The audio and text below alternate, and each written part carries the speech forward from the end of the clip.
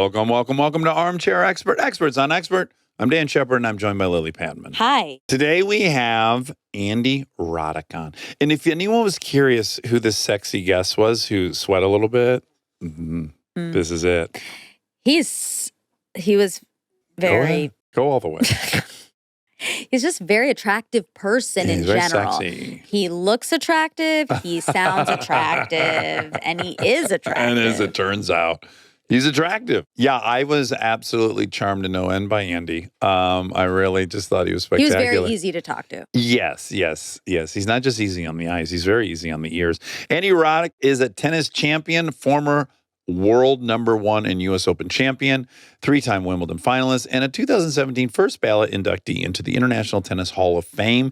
And he has a podcast called Served with Andy Roddick, which is like the best tennis podcast out there. You can watch it on YouTube or listen wherever you get your pods.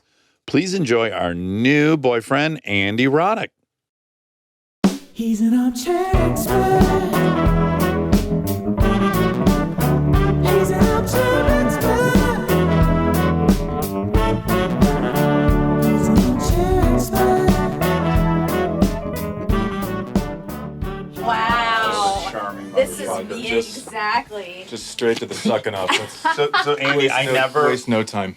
I never offer this to drivers when they're in the driveway. Sure. I don't know why, but we're walking by him and I go, "Hey, brother, there's a urinal in the garage. If you need that, it's unlocked." And he was like, "Oh, okay." He was Really on holding I was it like, in. "Oh my God." He was bottled up. He was.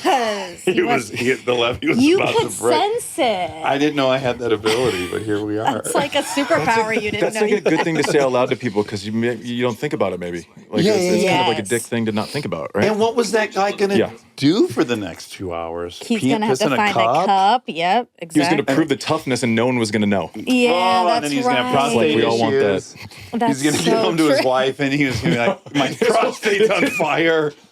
Oh, no. You just saved him from the end.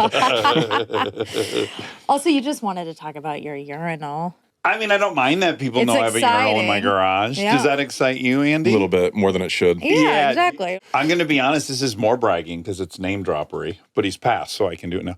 But I was once at Is that the way it works? Yeah, I think so. Like you and I are going to get to talk about our dads as wildly as we want to. Okay. That's a freedom. That's the one upside of having lost dads. Yeah. So you can really tell the truth. Yeah. But yeah, I was one time at Ozzy Osbourne's house, and I went to use the bathroom, and there was this gorgeous black urinal in there with like gold fixtures, and I was like, of course. That's kind of what I would want it to look like in his house, right? He's really delivered. That's where the obsession came, and then Oh, man. that was the secret. Really rest in art. peace. Yeah. But at the old house, when Kristen moved in, I had a urinal in the hallway there based on the Ozzy thing. And she was like, "This is so fucking tacky." And got rid of it. So I didn't have it, but now I have a garage. And I go, that's where the urinal's going to live. Yeah. Do you have anything stupid like that at your house where you've like bartered with your wife? Oh, good question. Oh, I just got like my first like room. Oh, you did? Ever. Yeah. Like I have like a lounger. She has me trained well. I have like a lounger and a TV. I'm like, I made it. Yeah, killing Yeah. This is it. But you're stylish, so I feel like you probably have a high standard for aesthetics. It's generous. I think you're being generous. That's generous. I think he's mostly known for wearing T-shirts and shit. But in it's really interviews. stylish T-shirts. Is that a really stylish one? Look at This him. This is it. This is it. Yeah. I have this. My wife is like she's a designer and she does all that stuff. And it's like, if I don't value my opinion more than I value your opinion, why should I get 50% of the say in what goes in this room? Wow, that's mature. Well, that's her stance or yours? That's mine. Like with design, it's like I don't trust my opinion more than yours. So why should it be valued right now in this conversation? Agreed. Yeah. And if we're going to talk love about that. what like power plant the car should have, maybe you defer to me. I'm an idiot, so I have a very, very narrow silo We can all of defer to things that I Dax. can wait. It's got to be tennis questions. Pretty much. It's like, otherwise I'm a dummy. Well, I was thrilled to learn a couple things about you today. We have some mutual loves I discovered right out of the gates. So you grew up in Austin, 4 to 11? I grew up there and then went back. So I've been there 25 years. The day kind of, after you won yeah. the U.S. Correct. Jeez. Right? You flew down there and bought a house immediately. Yes. Oh, wow. Yeah, so I have that same crazy love affair with Austin. Yeah. What was it like growing up there? It was different than it is now. You know, Yeah. there weren't, 60-story pre-sold commercial buildings. Yeah. It was kind of like as you want to think about it. Yeah. It was like, Willie Nelson playing Antones and this yeah. weird place in Texas that makes no sense compared to the rest of Texas. Yeah. It was great. We moved from Nebraska. Most of my formative memories are probably from Austin, and your parents move you around, and then when you have your own decision to make, I went back there Immediately. And what part of Austin were you in? It used to be kind of the outskirts, and then it became the main skirts. Like Westlake Yeah, area? exactly. Yeah. Oh. Yeah, the hills out there. Good guess. You knew that. Speaking of people who have passed, sadly, Robert Redford passed, and I almost sent this to you. Apparently, he loved Barton Springs. Oh, no way. Barton Springs is cool. Dax is obsessed with That's my Barton Springs temple. is awesome. That's my temple. It's amazing. The whole town lake situation and it's cool. right off of downtown. Yes. You can be crunchy and you can be downtown I in know. 4 minutes. If I go there for a week, my commitment is I go to Barton Springs every day. Got to go every day. But I just recently discovered going at night. I guess I didn't realize it was open at night. So the notion that you can float in the springs and be looking at the lit up city, that feels impossible. Do you like it so much that if you take someone and they don't love it as much as you, you're disappointed? Then they're out. No, they're not. I'm still here. Well, I'm you still are here. standing. But my financial security is tied to you, so you have a lot of leverage. That's right. There are exceptions. Yeah. Yeah. But did you not she got booted. She got thrown out. You got thrown out? She got 86th. How did you? Is that possible For in fucking Austin? Yes. What'd you losing do? it up. They don't let you bring in any food. By the way, it wasn't just me. It was a bunch of us. It was a black mark on my reputation there. I know you distanced yourself from us so I stayed. fast. I was like, Yeah. No, you Yeah. can't. Her mistakes We can't become brought, yours and vice versa. I mean, Cheez-Its and snacks. And this Australian woman who runs the place very well. for that month. I'll just add That's the right. turnover there is very high. She lit into us and she was like, "You got to go." And we were like, "Well, we'll just put it in the car."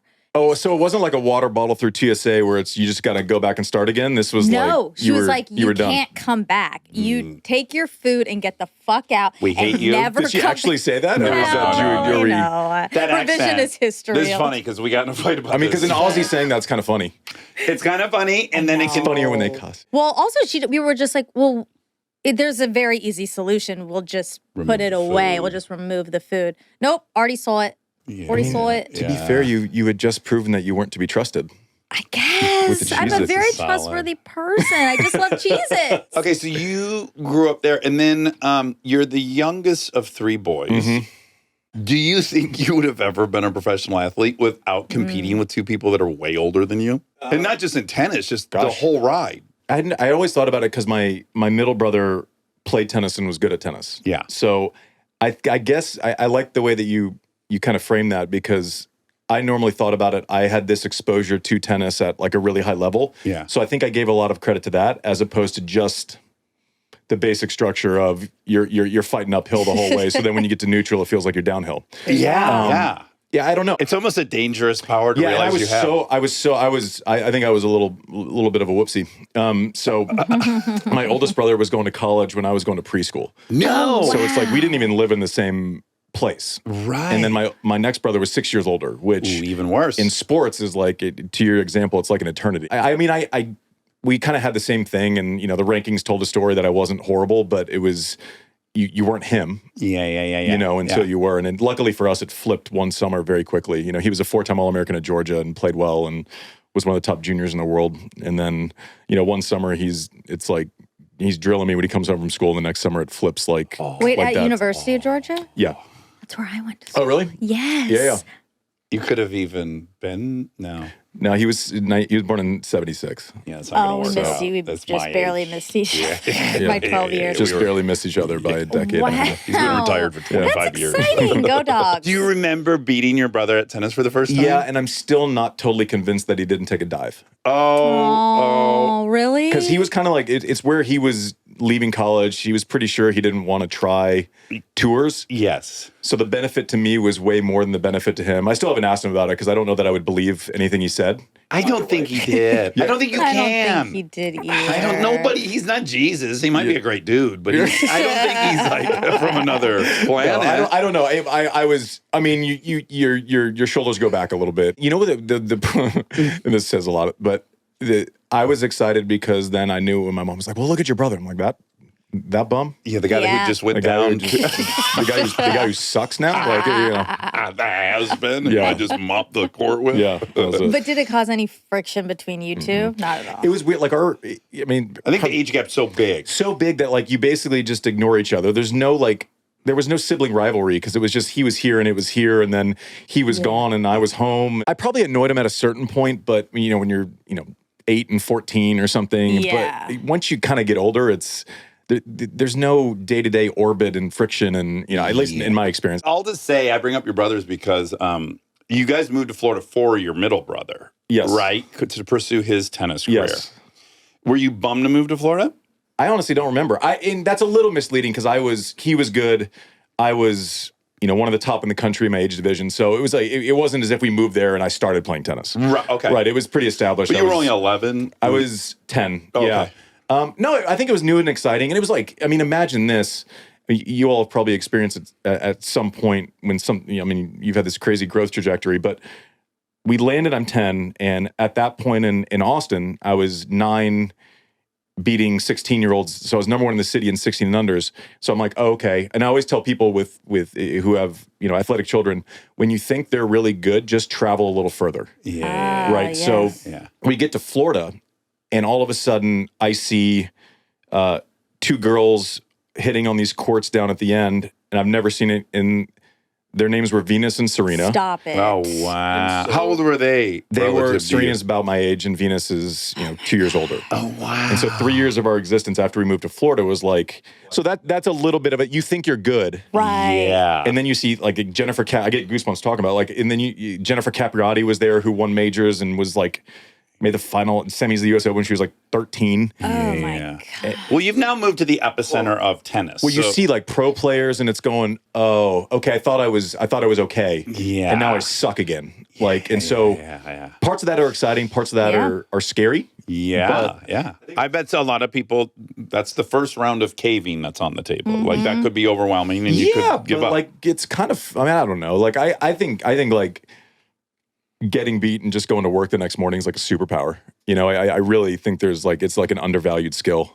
Absolutely. You could be is. sad and work.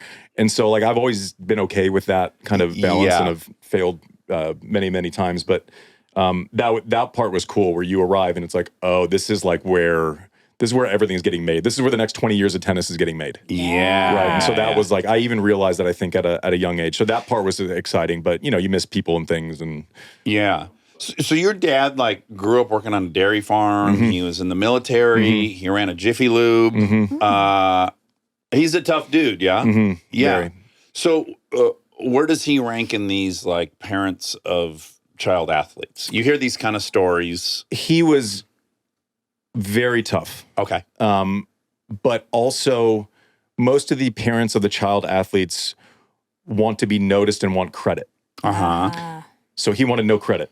Oh. They okay. never sat in my player box, were never visible on TV until the cameras found them crouching in some random part of the stadium. Yeah. So differentiated in that it was completely altruistic. It wasn't his own glory he was seeking. No. Right. No, I fully believe that. But it was here, look, this is a choice. This is an opportunity. You don't have to do it. If you do it, we're going to do it. This is how it has to be done. Properly. This isn't a half-ass type thing. And it was military that way. I mean, and anything that I was doing was not hard compared to him running a farm when he was 12 or 13 years old. Right. Right. So the base comp for any conversation we started wasn't good for me. Right. But he was hard. I mean, he was tough. Where was it productive and useful? What aspects of it do you have a lot of gratitude for, and which ones were probably not helpful? It's probably the same, but it's just a matter of if you get through. It's weird because we want a solution that fits.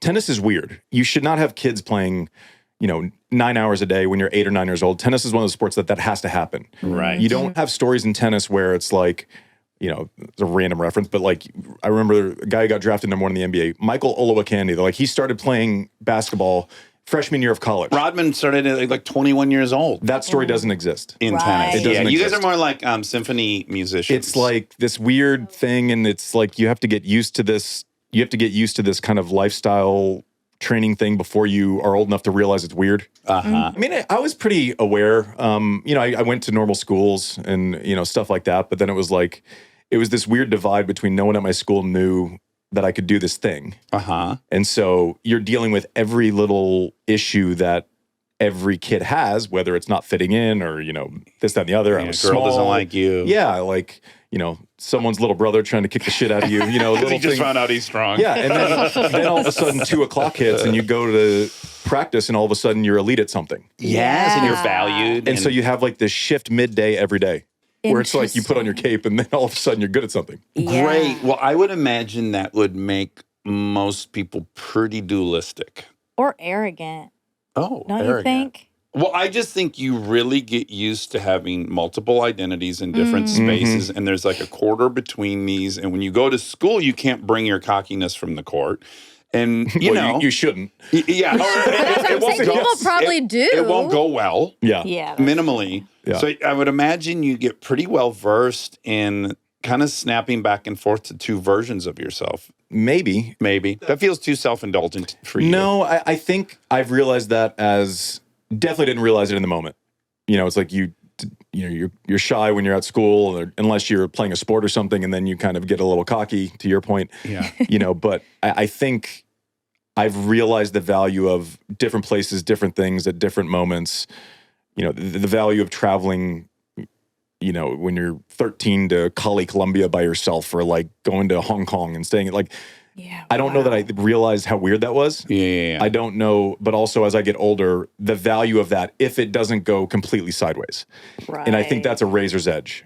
Right. Totally. Right. I think there's a million people in tennis They did all that and it really didn't yield anything. that yield anything broke besides them, probably. maybe, damage of having done that stuff. Or there's a Exactly. lot of issues. So I think if you get to the other side of it, it's great Yeah.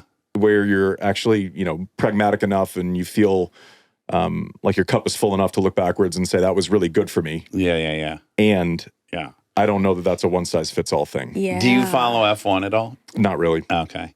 Well, Max Verstappen, the I four-time know he reigning is, yeah, champ, for sure. his dad famously on the way home from the track pulled over at a gas station and was like, "Get out.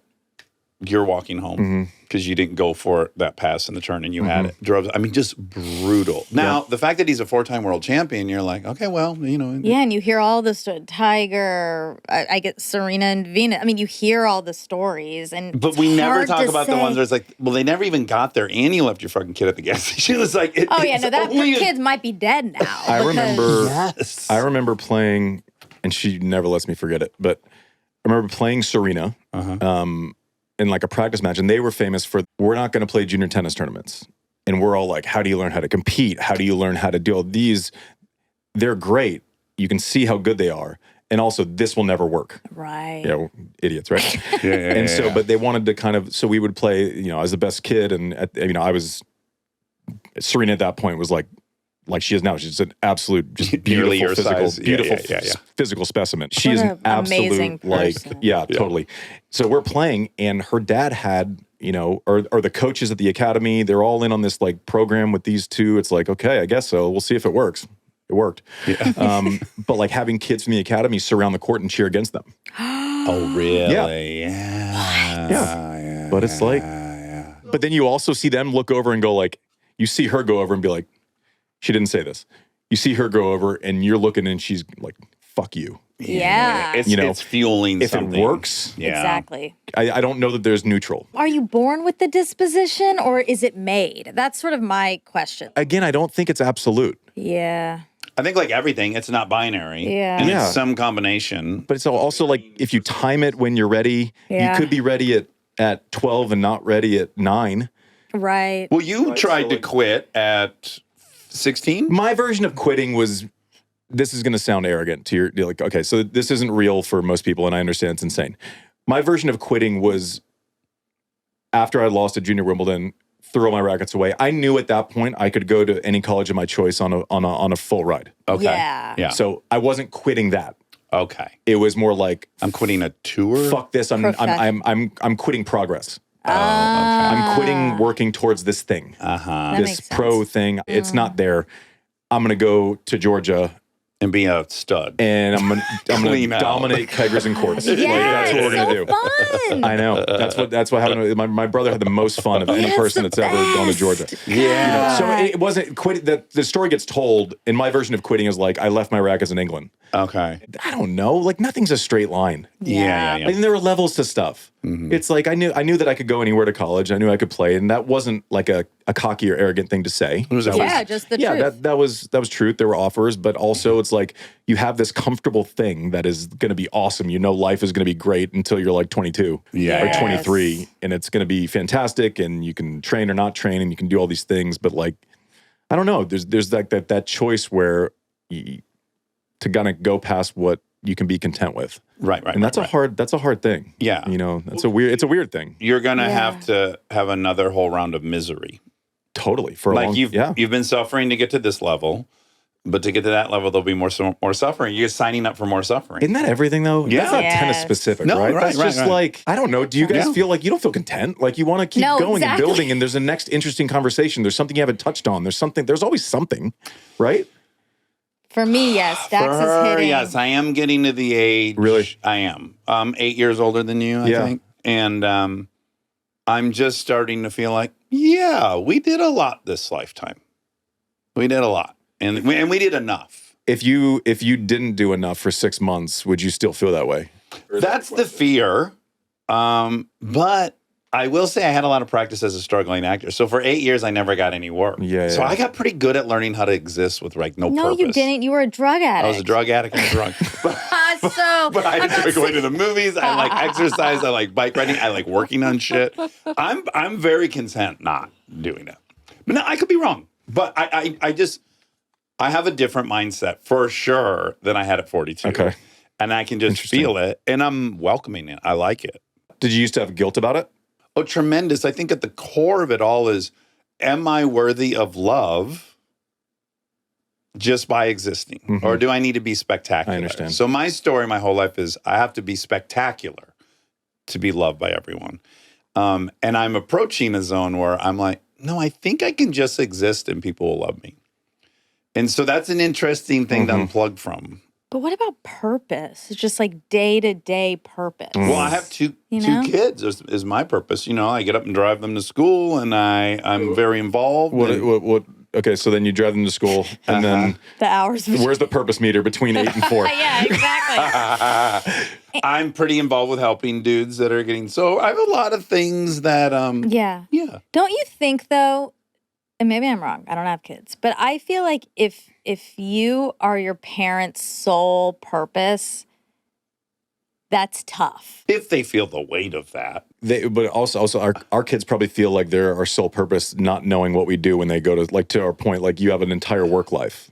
Right. But I do think it's important. Like we're happy, and I'm sure you are too, that your parents actually see you working like that. Yeah. That might matter. And the mom still wants to work for a while, so they'll see plenty of work. Here's what it is, Andy. You've been given this enormous gift. I've been given this enormous gift. I could explore the world and I could figure out what purposes other than being productive. I have that opportunity. And I feel like it would be very dishonoring to that insane amount of luck I've had to not challenge myself to find out what else is there in life other than being productive and accomplishing things and being spectacular. To me, it's a challenge in its own right. It is purpose in its own right. Can I unplug from the production fucking hamster wheel in the growing and growing and growing and like explore and listen and be a part of the planet? Have you not done that at all? Yes, I have windows of that By choice. by choice. Do you mean like, do I take breaks and stuff? Meaning, I'm trying to like, people's journeys aren't the same. I was away from tennis for 9-10 years right. Yeah. before I wasn't, right? Yeah. And so like I had that beat to Yeah. where now I feel the opposite of you. I feel refreshed. I want, like, you feel like you're gaining on something. You feel like, Yeah. you're going. But Andy, also, we started this podcast when I was exactly your age. Yeah. So I too was in that Yeah, thing. yeah, I I directed a understand. movie. Yeah, It didn't yeah, work yeah, out. yeah. I was completely depressed. I sat around for 6 months, and then I was like, okay, I need a whole new racket, and I Yeah. want to, throw myself at it, and I want to build something again. And it happened. And At 50, I don't know. We'll check in at 50. I hope so. Yeah. No, I'm not saying you're wrong at all. I'm more just fascinated by the process it's of it. interesting. Yeah. Back to you. It is about you because this is on your horizon as well. You have these decisions. Well, I'm just fascinated. I mean, the starts and stops, and it's people normally think they need agreement. I'm more fascinated about what I don't know yet. Yeah. Yeah. Okay, so you have this meteoric rise in tennis. You're a lot bigger. Again, forgive me. Neither of us know much about tennis. I just own that right now. And I'm also going to ask you to go through some things that you would imagine everyone knows. Sure. But I don't know that our audience knows. Yeah. So I beg your patience. But you're a lot bigger than the tennis players I've met. You're kind of abnormally big. Not in tennis anymore. Not anymore. I feel like I present more as like a fullback than like a skinnier person. Okay. You're like 6'2". Yeah. I always say I'm like a tennis player that was born in Nebraska. They're big now though. Like They are. Yeah. Like they're all kind of like Rafa's an animal. Like they're all huge now. That's the thing that's changed. The conditioning has changed. Well, we used to have a skill, and now you can't have that skill without being insanely athletic. So now you're seeing like Alcaraz, and his body's like it's like UFC fighter. He explodes and center's 6'5", and he's like a skier, and he gets in and out of the corner. Like the athleticism of tennis has completely changed in the last 25 years. It's all crazy. All sports. Yeah. Like F1 drivers are now like peak fucking athletes. They weren't. Yeah. They drove a car. The only place I'm seeing, because what I do watch is all these sports doc series, because I do love them, even if I don't like the sport. I don't like golf. Yeah. I think golf, you can get away with just having a normal dad bod in that sport. It's not, no. You look at like a McElroy, you look at, these guys are like human rubber bands. Okay. Whereas it like used to kind of be, what was in Quote Happy Gilmore? Plaid pants and a huge ass. I don't know. It's younger and younger, and these guys are swinging violently. Like it's changed a little bit. Tiger changed a lot of it. Okay, yeah, because he looked and presented like an athlete. So therefore, every kid that wanted to watched be him, now looks and presents like an athlete. And that's the thing with sports, man. Like it's anybody who comes in here and says like, their generation walked uphill both ways is completely self-indulgent and full of shit. Completely. Yeah. I think. Okay, but with your height, that has to be a part of your serve, right? Because the crazy part about your game was you had this insane serve. Yeah. I like this detail of it. You had numerous different coaches over the years, and I do want to talk about that. I want to know how you got to break up with someone and hire someone. That's got to be a very stressful part of the experience. But as you hired coaches, your whole game was on the table except for the serve. Yeah. The serve was to not be talked about. Is that right? It was to not be talked about. It was proprietary. Were you afraid? Were you superstitious about the serve? No, I just knew it backwards. You knew it backwards. I knew the cadence when it started. I knew this little 3 count that I had. I knew the feelings of it. I knew what more than they did. And I don't say that lightly because you will get to the coaches, and I was obviously always in pursuit of something new, something different, something additive. And also, don't talk about my serve. Ever. Yeah. Is the origin of it true that you got really frustrated at like 16 and you served in a weird way out of anger and it worked? Is that true? That's true. I was playing my friend Marty Fish, who ended up being a really good player. He was 6th in the world. And so we used to play this, basically all the kids who didn't get picked by the federation, right? So the people not funded by U.S. Tennis anymore. Okay. Kind of the throwaways. Yeah. We played at Crystal Palms apartment complex in Florida. Okay. And there were like 6 of us. And out of that group, a couple of us made top 5, top 6 in the world. But I was playing against Marty, who was really, really good. And at that point, better. And just got pissed off. And I have like this little half motion of blurted tears, but it's not conventional. Right. Hit one irresponsibly out of anger. Yeah. And it went in. Which, by the way, is the thing they tell you to never do in anything, right? Yeah. Don't try to kill it. Don't try to crush it. No. Don't try. And you No. did. You're like, I'm going to fucking murder this ball because I hate it. And that was it. Had I won that day, had I been doing well with Marty that day, I wouldn't be here having this conversation. So crazy. Wow. And how do you, like, when you recognize it clicked, do you then think like, okay, how do I commit this whole thing to muscle memory? Like, I got to replicate. You just over and over again you do it? Or what? Just started doing it, and it was And you didn't have to overthink it? it was immediately. Well, a lot of the muscles build it. Like your shoulder still goes over. It's just Yeah. your feet it was different, but it was like there was no time, and it literally took you. It went from, and there were some other things that needed to be adjusted, but yeah, I mean, you literally figured it out, and then the year before you're 40 or 50 in the world in juniors, which sounds good, but that means you're going to college. Yeah. And then 4 months later, it was You were number one in Florida. one signed a Oh Reebok my deal over God. pro. Stay tuned for more Armchair Expert, if you dare.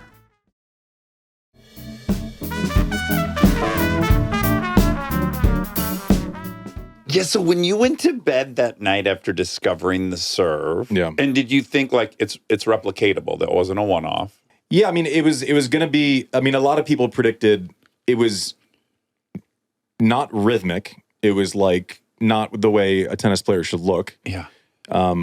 It was violent, and so the conversation became, "It'll work but for how long?" He's going to destroy his shoulder. or Destroy it. It's Uh-huh. like a 12-year-old throwing a curveball. Right. You're like, no, yeah. So I knew I had it. But you were wondering for how long? I was like, let's just rip it though. Yeah, good for you. Yeah. But do you remember It's like going? we gotta- Good, you had to. Yeah, kind of. I mean, I just feel like if I was you and I had been pursuing this thing 9 hours a day for the last 9 years, the night I feel like I would have gone to bed that night and been like, oh, wow, we're about to enter a whole new Well, it was weird too, zone. because I grew that year. I went from going into sophomore year of high school, I was 5'2", 110 pounds. Oh, Jesus. I grew 7 inches that year. And then 6 months after that, I discovered the serve. So all of a sudden, I go from like this tiny little guy who just annoyed people forever. That was like my style, to having this thing that's like, Yeah. You go from like, a big boy skill. You go from like Ichiro to Bonds or Aaron Judge Oh. quickly, right? Yeah. How exciting. Were you cool in school? What was the high school experience like? The better I got at tennis, I became cooler. That confidence infused. Yeah. No, it's just like everyone had a local paper. So So people do. started learning. Yeah, so then I started. But How no, was not that really. celebrity, like local celebrity, not even local celebrity? You were becoming a. It was strange. Like it was weird because what we talked about earlier with the separation with church and state with school versus this other thing. Yeah. It changed. Right. You sign a contract and it's people know what you signed for. Yes. Yes. I remember the first time I played, there was a tournament in Miami, big tournament, 1,000, which is like just less than a Grand Slam, right? Win my first match, and then so I'm 17, beat a guy top 40, which was like unheard of, and then I'm second round, Andre Agassi, who was number one in the world at the time, my idol. Yeah. 17,000 people, obviously lost, but then went to school the next day. After playing Agassi. In high school. So that like weird trade-off This is was like, so Also, how much weird. money were you winning back then? What kind of, like for a weekend? I what was- signed that deal. It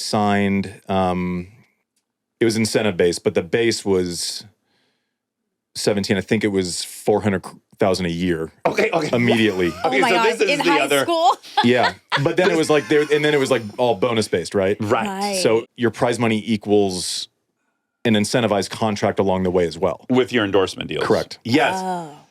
Okay, so yeah, how does a 17-year-old comprehend like we're going to make $1 million this year? Is that part super exciting, or were your parents like somehow trying to shelter you from that reality, or Probably both. both? Like I knew enough. Were you allowed to go buy a stupid car in high school or anything? I Did you drive like a fucking Fed or no, something? I bought a fucking sound system. Like what a Oh, good, what a good. douchebag. No, that's a high school You- thing to buy. You I can't made- regret these things. That's exactly I what you're made supposed to do. $3,200 for losing at my first pro event, and Humongous Yeah. sound was system. loud. Was loud going into the parking lot the Oh week my later. God, that's great. Just such a You dick. have to love that about your I'm impressed you could keep your eye on the tennis prize. I bet the girls were just Yeah, I bet the girls were all aflutter. all a They were a flutter. flutter. Of course they were. Not only you're A stud. you're a stud Yeah. and you're famous and you have a talent. I You mean, got the best sound system in the high school parking lot. That's I right. think you're underselling the sound system. you're right. is what You're I- right. I know that turns. Let's add that heads. back in. What was the sound system in? What kind of vehicle? It was an old Chevy Blazer. Great. You could put a Cloth lot of seats shit in the after back. though. sweat. It You probably smelled had 12-inch kicker box. Yeah, it was so the speakers couldn't take it obviously, so it was just broken cloth seat. It smelled like a hockey locker, and it was terrible. Oh. It was not the one. Wow. So yeah, rich in high school. That's such a Oh, yeah, bizarre. rich. I didn't I even didn't say have. that. It's not, guys. It's not like I had it, But still. right?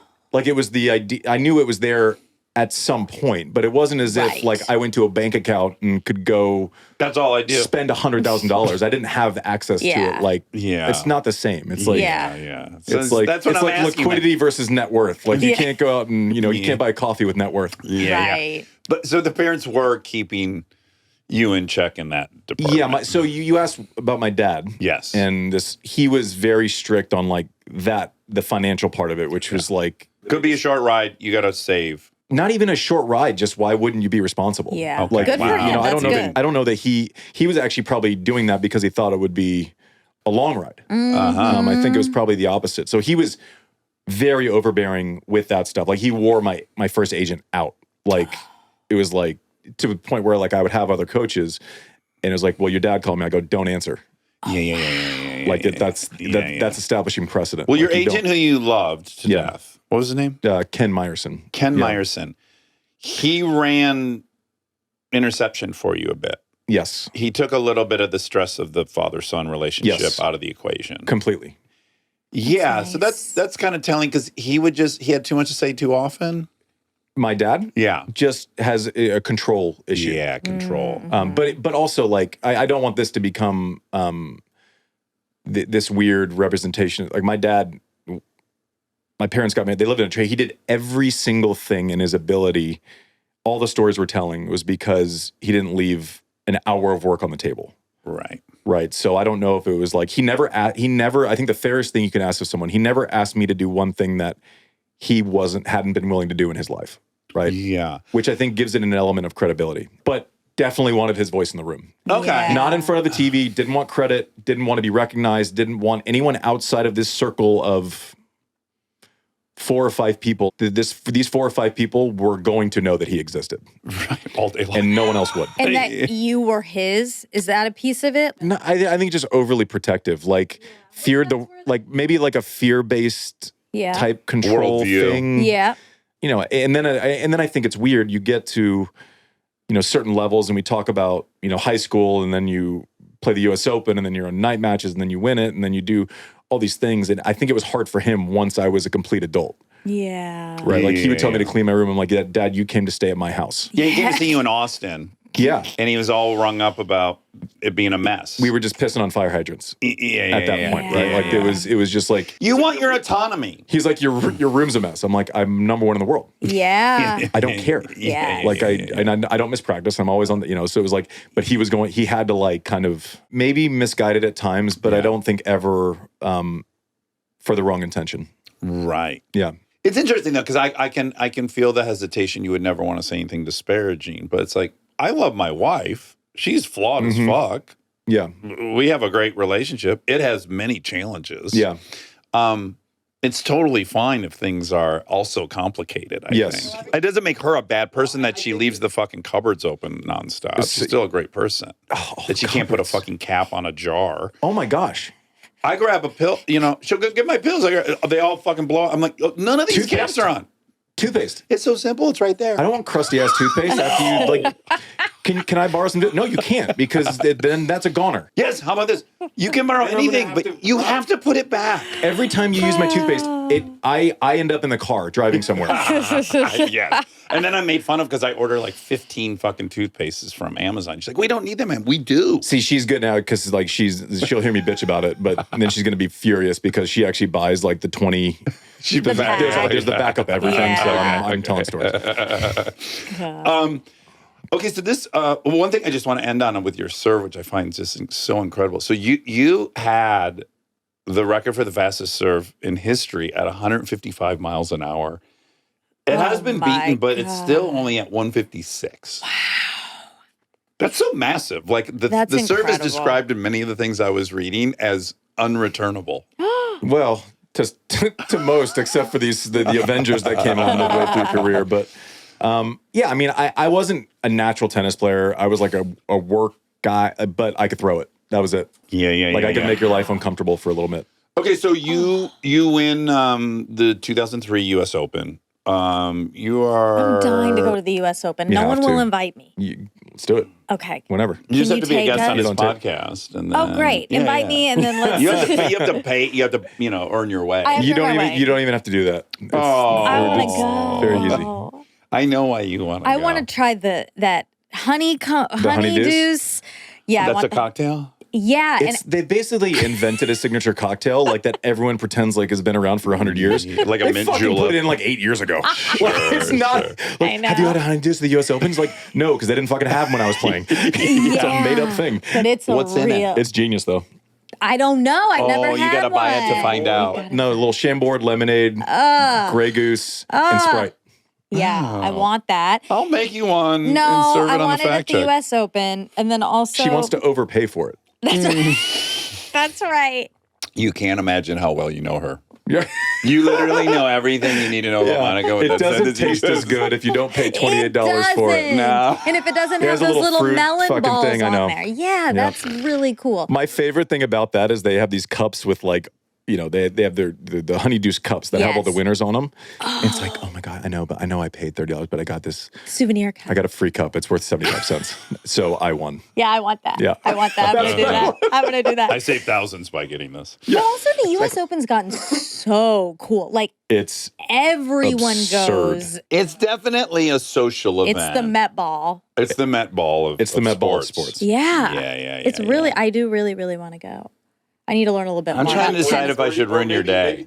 What? I got invited this year to go sit in the GM box, It's cool. but it was the Emmys.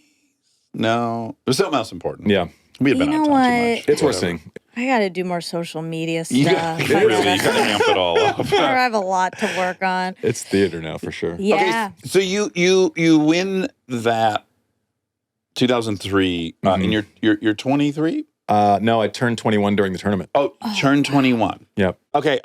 So what are the emotions that follow it? There's obviously probably like relief. Like, oh, I did it. I felt a lot more relief towards the end of my career Okay. when I won matches Yeah. because I didn't know that it. Like I was so dumb. Like I was like, oh, I'm gonna be like the guy. Yeah. I'm gonna do 20 of these. And this fucking guy Federer comes in, and but it's like at the point, like I used to get bribed with the U.S. Open from my mom for a good report card. To get Like I went when I taken was there. 9, and she would just weirdly let me walk around all day by myself, which was another. But I would sneak into the players' lounges. I would and it was, I saw, bore you to tears, but I saw Jimmy Connors make a run when he was 40 to the semis, and like he had the crowd like in his hand, like it was like a live rock show. Yeah. Like he would go like this, and everyone would get up. I'm going, The oh, this- power. I was like, tennis can do this. Stand up. Crazy. Yeah. Yes. Yeah. I was like, he's controlling the mood of grown people. It is Right? interesting to huge. observe human power when you're little. Oh yeah. Absurd. Like I Yeah. didn't know it. Like we flew. I remember flying over it, and at that point, Mayor Dinkins then changed the flight pattern so that you didn't get the noise over the stadium. Okay. But like I remember flying right over the middle of the stadium when I was 9. It was 1 a.m. or something irresponsible. Yeah. And it was packed. It was Connors versus Patrick McEnroe, and I remember being like, I cannot believe how late it is and what we just flew over. They're still Wow. playing. Oh my God. It was like, Yeah. I couldn't, I was blown away. I was like, I didn't know. So then 12 years later, you have that moment where it's like, that's it. Yeah. It's no matter what happens, and not much happened, but no matter what happens from there, like that's that. You did that. You did it. Yeah, it's like, it's like That's people can't take incredible. away what you did. Although I think you have to come to that. I don't think that's human nature. Which part? Sorry. I did it. It can't be taken from me. Because I have had many successes, and then after failures, I really can't access the notion that I had done the other Is that thing. Does that difference make between sense? sports and entertainment? Maybe. Yeah, like a trophy's so definitive, I guess. It's number one. You won it. I guess it is very definitive. It's also each match is individual. Where I feel like entertainment's more cumulative. Well, the difference is, I'm guessing, I don't want to tell you about your business, but I'll tell you about like ours. Like we know you win the U.S. Open, you know what that is. Uh-huh. You can finish a project and other people are going to define what that is, and you're not going to know for a year. Yeah. Or even the quantifiable aspect, it might make 180. And you're like, wow, that's the big comedy. And then another movie comes around, makes 225 in a month, and that's like, oh, we forgot that other movie made 180. Yeah, so it's like someone wins the U.S. Open last week or wins at 20. It's kind of like the same thing. I had a hard time, less to do with like that U.S. Open win, because that was just fun, good time. Yeah. You're like hosting SNL. And you thought it was the beginning of something. You think it's going to happen a lot. I would lose a Wimbledon final after that. Yes. And it was like, you failure. And I'm like, wait a minute. So 100, Right. and now I can go, okay, there's 128 men and women, each in their, so 256, each vying for this thing. You have a 2-week race. You come in second with like Earth. Yeah. And it's like some jackass can define that as a failure. Yes. But I bought into it for a very, very long time. Yeah. Yes. Right. And so now it's like, okay, like my life, the way people perceive me would be different had I won 2 more points at Wimbledon, 1 of 7 times. Right. But it doesn't really change the day to day, like what a Tuesday would look like at all, I don't think. I guess that's what you're saying is that's healthy, what you're saying, and some people never get there. And it took a lot of work for me. It's an ongoing thing to work through the experience of having mass relevance and then have fading relevance and then maybe get another spike of mass relevance. Yeah. I mean, I was struggling with it so much that I asked Shaun White to go out to breakfast with me. And I'm like, how did you navigate these periods where it's just like, when you win the Olympics, there's nobody in the world. The Olympics is a whole nother thing because it's like you're 4 years top of the mountain, then like a year later, it's like, okay, I have 3 years left.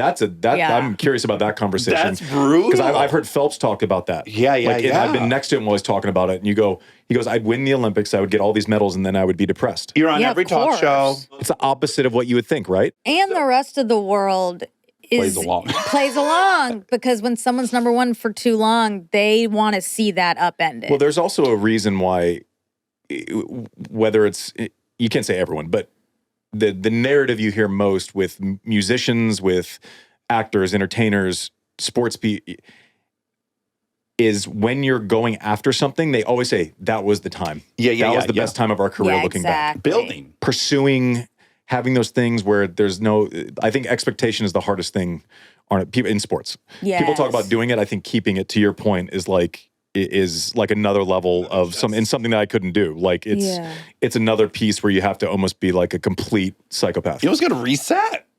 Daily. Yeah. Like not even just it's not even just a big reset. It's like I have to wake up, Novak has been doing this like for 20 years where Djokovic is like, I haven't had a piece of chocolate in 20 years. I have lemon water when I wake up. Like, Yeah. that sounds easy. That's hard to do for a day. Exactly. We do like a cleanse for 5 days and we want to throw a parade. It's like 20 years. You need to be a Buddhist to get through it, but I don't think you can be a Buddhist in order to get it. That's like, Right. it's this weird catch-22. It is. You have to keep it right sized, but in order to be the best, it can't be right sized. Yes. Yeah. I would say you can have it all, just not at the same time, right? Yeah, Right. That's true. Like, Okay, so the email I got from your publicist, and then in this great GQ article I read with you, it was really, really good. Great article. Both people are like, doesn't really want to talk about retiring. It was present in the article and it was present in this. And that's just a curiosity of mine. Why? What part of it don't you like talking about? Or is there any part you don't like talking about? well, I imagine you'd have to announce your retirement from the 5 things that you do Yep. individually. Yeah. It makes no sense. Yeah. Like, it doesn't make any sense. Yeah, Like, right. You're like, I retire from tennis. That doesn't mean I retire from life. There's a million other things. Yes. Right? So it's like, you retired at 30. It's like, no, I started other shit. right. Yeah. Like, it's just, it's a weird thing where it's like, I get asked about a lot and it's like, oh, are you okay? Are you okay? Here was my primary guess. Yeah.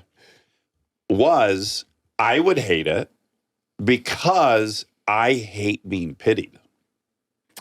There's nothing I would hate more than like knowing someone pities me or feels bad for me. No, I don't think that was it. I think it was, I was 30 when I retired. Yeah. From tennis. And so it's hard to define, like, people kind of almost digesting as like life ending at 30. Right. Like, that doesn't make any sense to me. Right. Yeah. Like, I'm very sad. This is my thing. This is the thing I'm in love with. This is my first girlfriend. This is my first love. This is the first thing ever. And I don't know, like, I woke up, I have a weird story. I woke up one morning and I decided that was that. It was your birthday? It was my birthday. I 30th retired that birthday. afternoon. I made a run at the U.S. Open. I was in the middle of the U.S. Open. I'd played the night match the night before. Yeah. And then I just did it. So I played like another week, and that was that. And I never came back. Right. So I admire it Yeah. deeply. The earlier conversation we just had, which I was saying, no, the challenge of leaving safety and leaving what you know is actually the calling. And so I actually admire greatly that you were 30 and you were confident enough to go like, I'm not enjoying this the way I'd like to enjoy it. I'd be happier not doing this ultimately.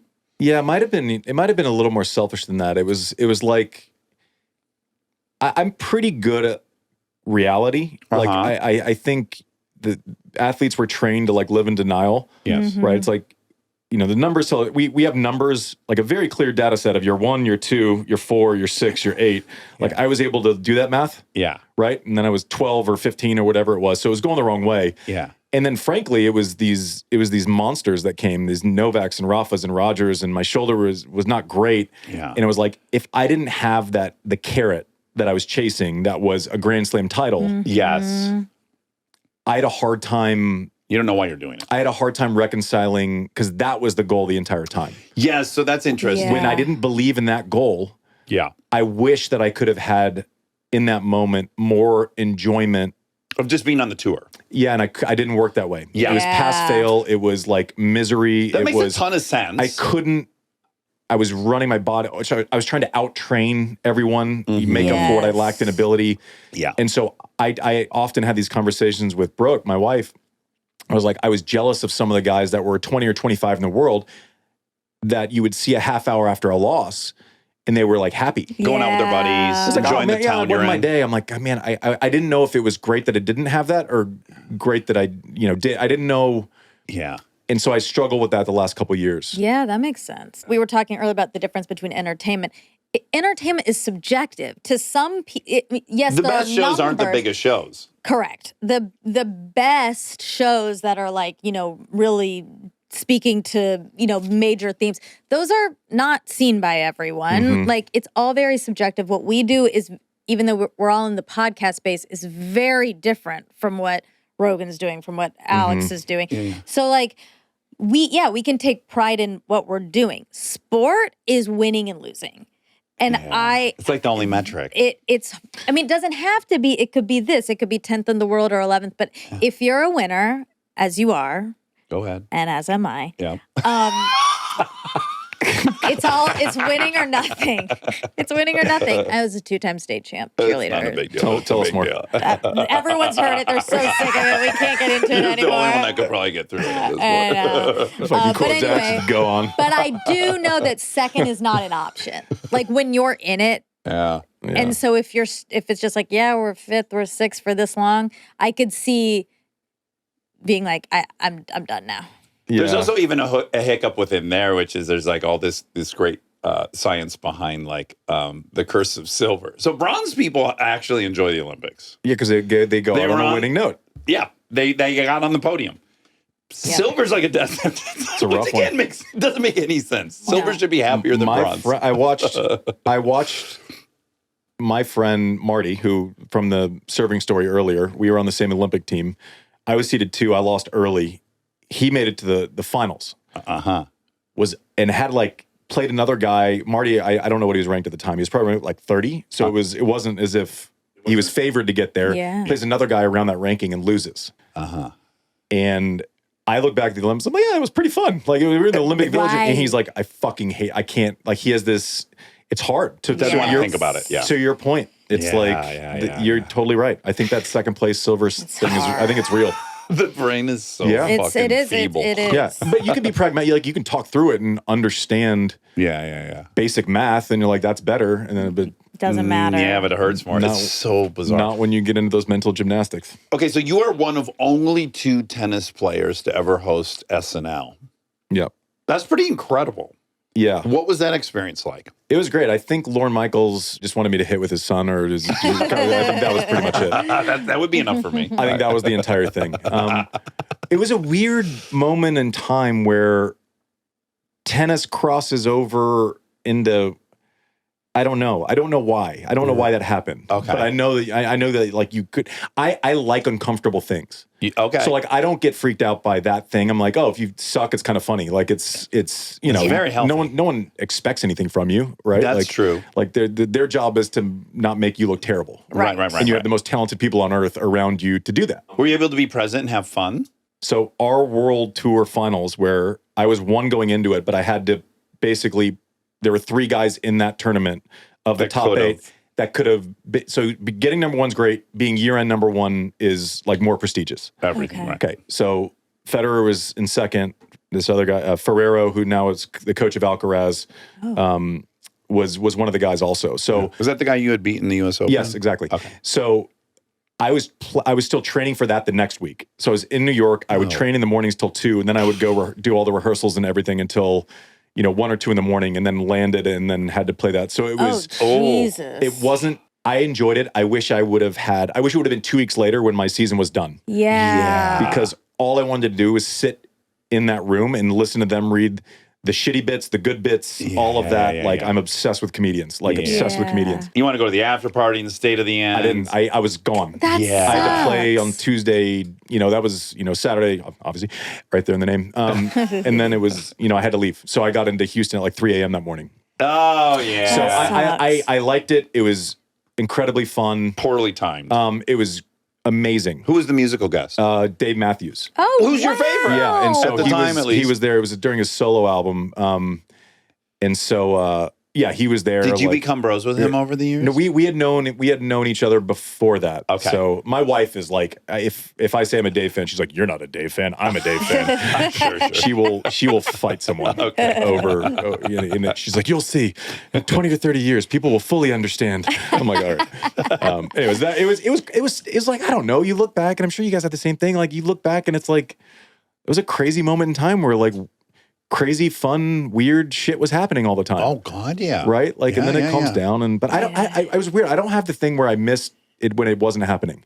Yeah. I appreciated it fully. I loved it. It was great. I was always happy to have the opportunities. I like doing stuff that wasn't normal. So you talk about the comfort zone. Like being in that comfort zone is the worst. Like, You feel anxious. Kinda, yeah, a little bit. Yeah. so it was great. It was cool. It was like the best. I mean, it's like the best cast ever. One other neat thing I think that I read about today that happened in your career was you had gone, I don't know what number it was, going to the finals at Wimbledon against Federer, who, by the way, the fact that you had to face him 3 times in the final is like, there's going to be a great movie at some point about that whole thing. There's going to be. It's just like, it's just so incredible that you faced him 3 times there. I don't know. Like you get to the top level and it's about matchups. So it just happens that this guy from It shakes Switzerland. out. Well, we talk about serve. Pace doesn't bother him. Okay. Like he sees the ball earlier and he's able to accept it. It's like I say the greats, the racket is like an extension of their hand, and the rest of us are grabbing the racket and then using it. Right. It's very different. He's just reacting. I'm assuming it's the same as like if you're on the other side of a great actor and you're thinking about stuff and delivering stuff, and they're just living it. doing stuff. You're saying the rest of us as if you are not one? No, I'm saying I'm not He's saying the saying rest there's of a us. tiny I'm margin saying, between like, he and I know. Federer. I know. I could go down to down the street and like The park? Mop up. yeah, like I don't want to brag. I am one of the best players in my club. So I understand that. But as much of a difference is between me and someone who's 300, there is that much of a difference between the greats. Who are the top 5? Well, you have to separate with male. The best 3 female players ever in my mind are, I have to make 4. Chrissy Ever, Martina, Steffi, and Serena. And I'm going to go back. I'm going to realize I didn't say someone, and it's going to kill me. Yeah, yeah. No, don't worry. Because I made you do this very fast. Novak, Roger, Rafa are like, they ruined sports for everyone else because they were so good. Wow. So it's like Alcaraz has 6 slams already. That's like as many as icons of our sport. And like, will they get to 24? I'm like, Yeah, how many did Oh, Agassi get? God. 8. 8, yeah. So, like, He's already got McEnroe had 6. 7. Alcaraz is 6 at 21 or 22 years old. Yeah, this Like is he's max. that Yeah. he's that great. Yeah. But also the question is now, can he win 20? Yeah, right. It's like the record before those guys was 14. Stay tuned for more Armchair Expert, if you dare.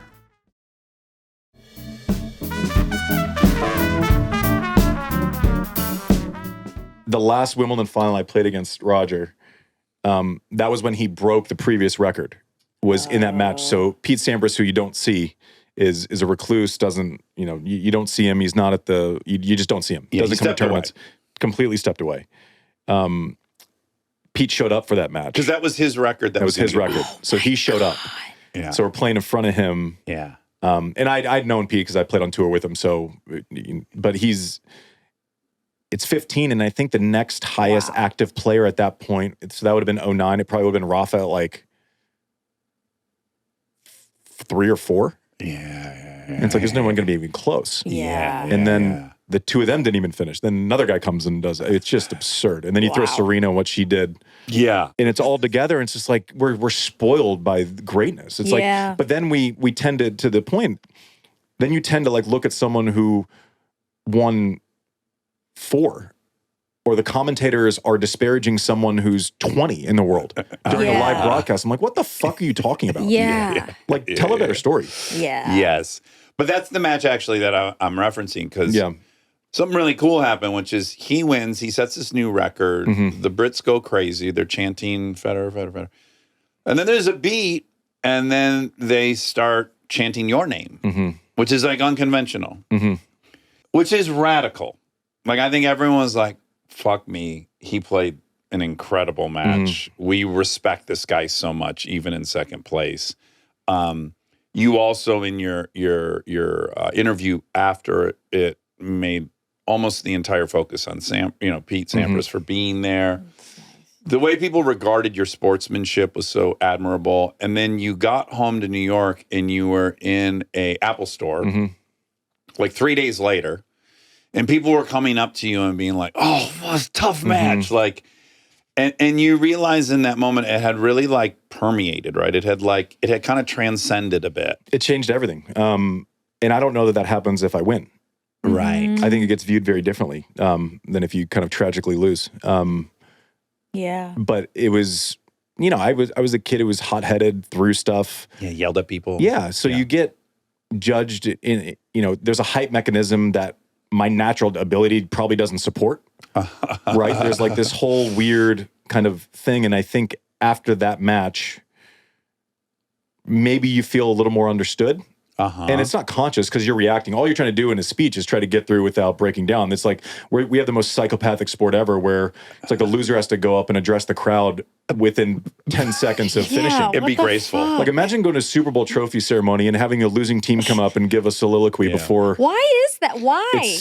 It's absurd. From my experience with that match, you're shattered. This is like the thing. I don't know if I'm going to get back. Like, that was a place I hadn't been in a couple of years. So it's like it wasn't as if the other slam finals that I played and lost, I still thought I would be back there. This one, I'm playing it actively. Like, during the match, I don't know that. And a layer people would have not, I don't think would naturally assume I hadn't, which is, it's not just about you. It feels like a very singular sport. It's just this person. But in fact, after that match, you're comforting your wife, who's very, very sad. You're comforting your coach, who's crying. Oh, no. I underestimated that aspect. It's like, you're not just carrying your dream up there. You're carrying a lot of the people around you's dream on your shoulders. Well, you're also setting the tone for like this point forward. But to your point, like, you come back to the States, I'm walking down the street in New York City, and the crew fixing the pothole and saving, us not being appreciative of them saving us time the next day, or, no one sees it when it's fixed. Right? They're going, "Andy, tough one, man." Like, I'd never experienced that in my entire life. Right. Ever. Where it was like, I would it was imagine crazy. in that scenario, you can actually feel the love. Amazing. Yeah. Never in my life had I felt that. And then I nice. pulled out of a couple tournaments. I wasn't ready to play. A month later, I show up and we play a tour event in DC. Tuesday, you normally draw, I don't know, 7,000, 8,000 people. And then you get to the finals and it's full.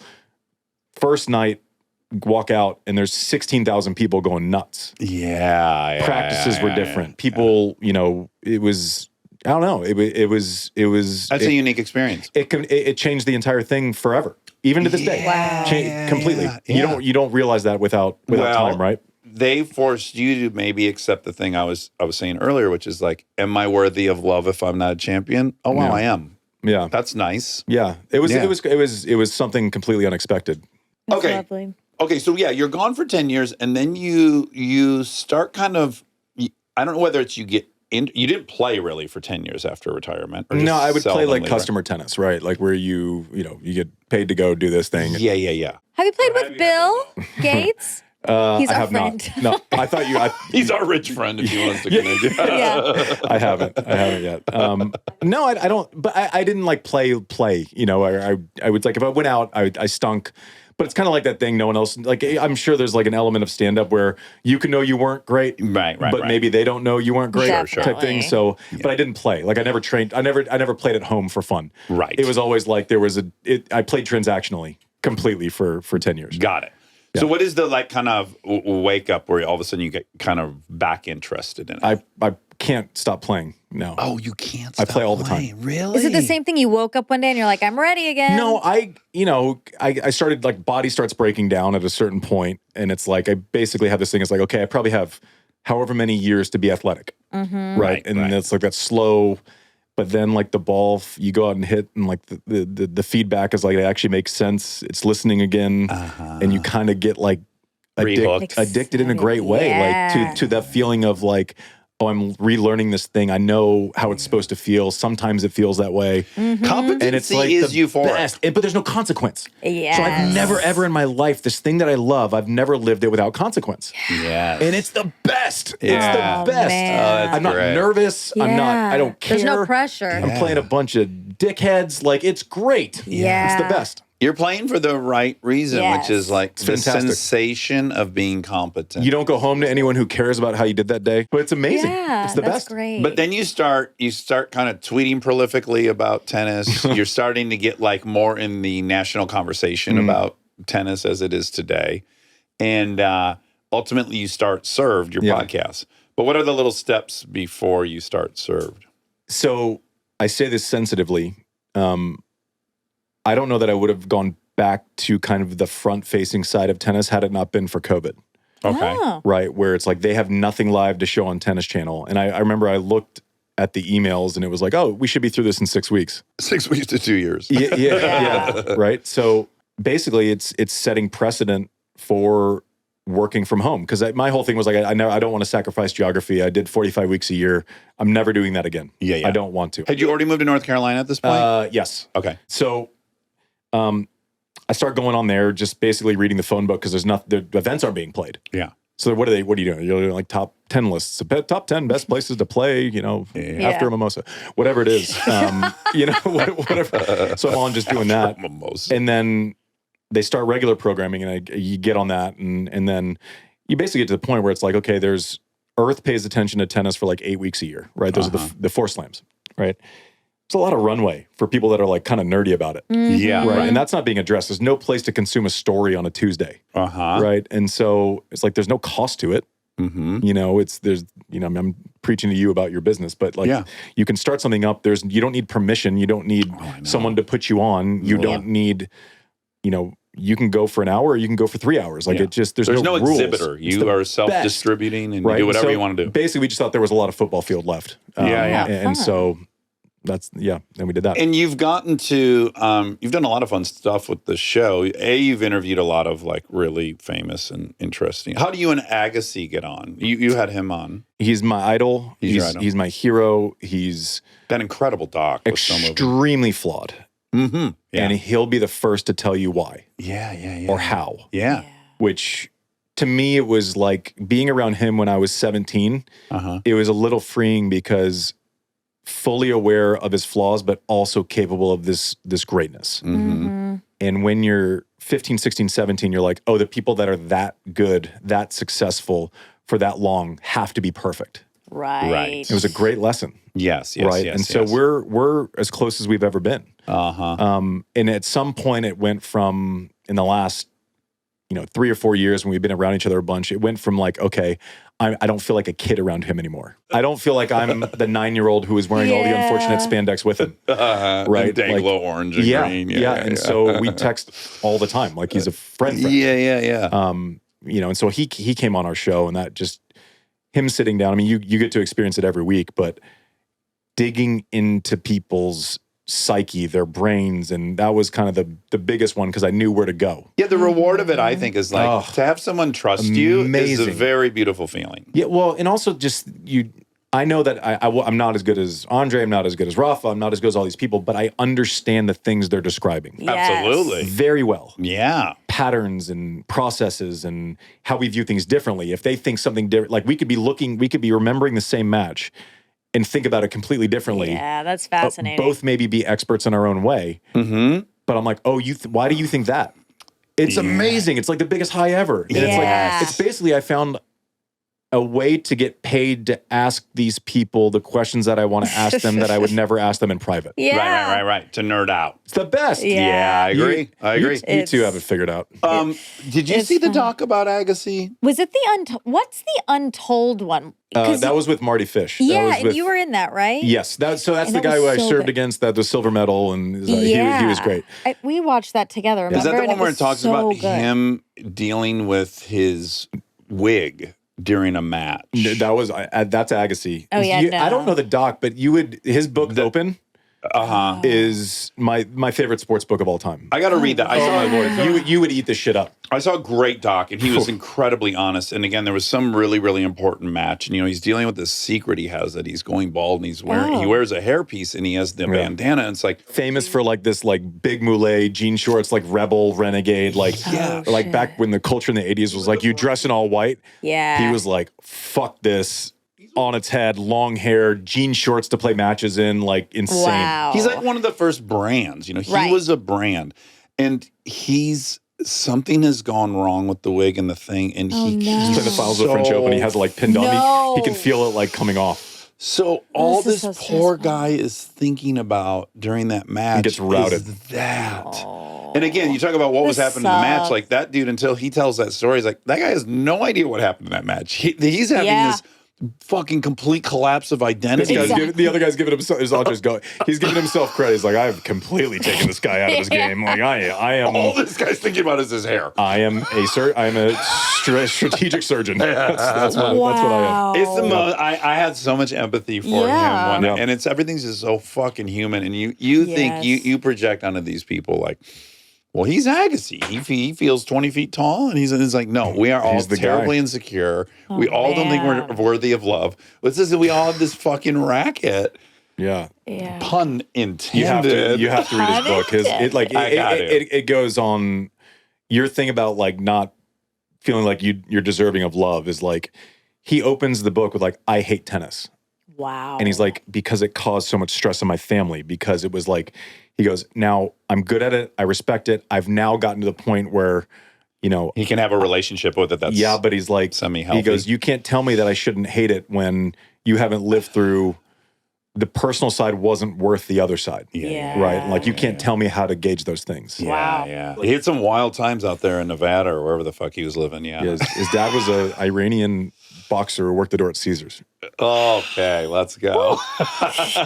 Yeah. Okay, so I know that one of your kind of goals and missions, and you just stated it, which is people only watch really for there's a billion viewers throughout the year, and there's 29 million people that play this sport, and yet it's relatively very small on the television front. Totally. So people watch these four events. They watch the French Open, the Australian Open, Wimbledon, and the U.S. Open. Yeah.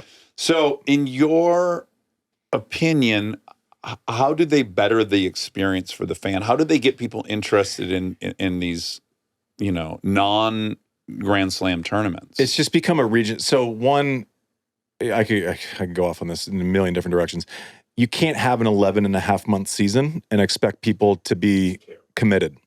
Great point. That's the first great point. When it's not in front of them. And in order to have a conversation that's realistic and in the right actual spirit of change, the tour runs independently from the ITF, which is in charge of the protocols for the Olympics, which is in charge of drug testing, which is separate from the Grand Slams, which is separate from the team Jesus. events, which is Okay. separate from everyone fighting for those couple of weeks. So everyone agrees everything needs to be shorter. Everyone agrees of these changes, and no one is willing to give. And so then you bring in money from other parts of the world, and everyone's reacting to like, is that going to set off? Is that what's happened? Are the Saudis entering this Yeah, space they will. as well? Yeah, They will for sure. Yeah. But it's just everyone lives in their own silo. The biggest properties, which are the slams, aren't in control of how, or don't really care about how tennis is delivered throughout the year. Right. So when ESPN comes in and buys only the slam rights, Yeah. and whoever's negotiating that deal doesn't sell them, you know, the Monday night game with 2 losing teams in December, Yeah. that's a mistake. Yes. Right. So Yes. there have been a lot of mistakes where how ESPN doesn't cover the lead-in events Yeah. to the Grand Slams. So they need collective bargaining so that they can lift the well, lower. there's no independent representation for the players. There's what you asked is a like loaded question with a million layers, right? Right. With, like you just scraped an onion. Here's what I think is really beautiful about the sport that I don't think is played up enough. It's kind of the most meritocracy Totally. sport there is. You think so? 100%. Because this weekend when F1 races, a guy on the Haas team, he can't beat Max. He doesn't have the car. Well, that The- one is specifically But hard. it goes all the teams. That's a lot. You're on the Yankees. They have a bigger budget. They have more Yeah. players. If you enter this tournament with the 260 people that enter, everyone has literally a shot to be the guess it's champion that weekend. And that's so rare in any sport. People will tell me like the tough losses. Well, it's unfair. I'm like, it's the most fair. Yeah. It's the most You fair. never walk off feeling like maybe it was a bad call. Maybe the scale of unfairness in tennis is tiny. compared to That's almost You everything Cannot else. make an argument for scale in tennis and it being unfair. You just can't. Yes. It's not unfair at scale. I guess golf shares that as well. I mean, but that's even different. Like you can have course setups that are lucky. You can have, right, like the PGA moves every year. If you catch a run of courses you like that fit your game. Right. A tennis court's a tennis court, other than the Well, surfaces. but the surfaces they're not changing as much, Right. right? You know what what it they is. are. You know what the cities they're going to be played in 10 years from now. Yeah. Yeah. Like it's just going to be that But what way. about who you're paired up with? Yeah, but that's luck of the But I draw. guess- And yeah. like that's kind of like it's like flipping a coin and Yeah. being ahead, 2 at the end of 10 flips. That'll even out. and there's Right. no That's manipulation true. in it. So Yeah. the NFL, It's random. That's true. the NFL, as was explained to us by the wonderful guys from Acquired, the goal of the NFL is that mid-season every team's 500. That's the ultimate goal of the NFLs. Like with scheduling, you mean? that in the middle of the season, every team would have a 500 record. Every great team at the beginning of the season plays all their hardest games. It's not just random and it's not luck of the draw. It It's is a business. manipulated so Yeah. that hopefully at the middle of the season everyone has 500. Yeah, and also it's just different because like you'll have a tough scheduled season where the people you play are 10 games above 500. So that's like a really rad aspect That's of true. tennis. It's like you're good enough or you're not good enough. There's no real like there's no nepotism in tennis. Right. Right. Like it's There's like no team spending. What about I mean, you could have better coaches, whatever, but finances? Yeah, I was gonna say, what about like? if you have federations that Yeah. yes. But right. of the sports But available, every it's sport not it non-existent. costs money. But the narrative of tennis, like and how much it costs and all this is like, I don't know. You see all these other travel sports with kids and stuff, and I'm going, Oh, yeah. I don't think that's true anymore. I think we're just being lazy about what was said during the 90s. Right. Yeah. Kind of. I mean, Yeah, you yeah. look at our like icons. Yeah. Right. We talked about Agassi's father. You talk about Venus and Serena. Yeah. You talk about Novak Djokovic from war-torn Serbia. Yeah. True. Yes. Right. so And then true. you tell me that only fuck Yeah. no. yeah. No. Yeah. No, That's it's not it. Maybe gymnastics is comparable in that way. Like you're either good enough or you're not. And you don't need a full team to It's individual. to get to the highest level. Yeah. It's just a Right. really rad part that I feel like they're not telling the story enough. They're Yeah. not amping that up. Yeah. They're not doing the prelude to that. And this guy's on a run and he's only ranked this, but this could be his weekend. Like building in the human drama I of it. once had like really people who are really great at their job are able to take like complex concepts and make them into like a soundbite. Yeah. So I had a quick lunch with Al Michaels, and I was going over to cover a match for BBC at Wimbledon. He goes, for just whatever you do, don't tell me what's happening. Tell me why it's happening. Ah, great That's tip. great. And it was like Yeah. Good tip. very clear. Yeah. My job's to tell you what the score is. Your job's to tell me why the score is what it is and what needs to change for it to change. Yeah. I love Yeah. To your that. point, I don't think we often in tennis which we try to do on our show. But why is this happening? Why is it a difficult matchup? Yeah. Why is it like someone's good forehand, good back? And no, the forehand in different spots and regions on the court, like you can actually manipulate. Yeah. It's not all the same. This show, Match Point, that Box to Box does. Yeah, I think that's what that's it's called. great. That's great. Because Yeah. again, it introduces you to the personalities. That's why did F1 Yes. explode? Drive to Survive. These guys wear helmets. You can't root for a dude whose face you've never seen. You Yep. don't know his story. So it's like that needs to get infused, obviously. But yeah, it is such a pure and wonderful sport. Yeah. The mental fuck of it, man. I don't know that there's a sport Yeah. like it, man. The mental of that game Yeah. is just insane. It's like chess. It's chess, but you can't like. It's also there's no other sport where you can't really talk to anyone. Yeah. There's no just teammate. you. There's no. You're just there. Like it's. Yeah. yeah. I didn't know it was weird, and now I know it's weird. Yeah. Sure. Like I don't often like sit. I sat up in the stands of the U.S. Open last year and was just catching a match, and I'm like just watching these two people go about their thing. Like this is a weird sport. Yeah.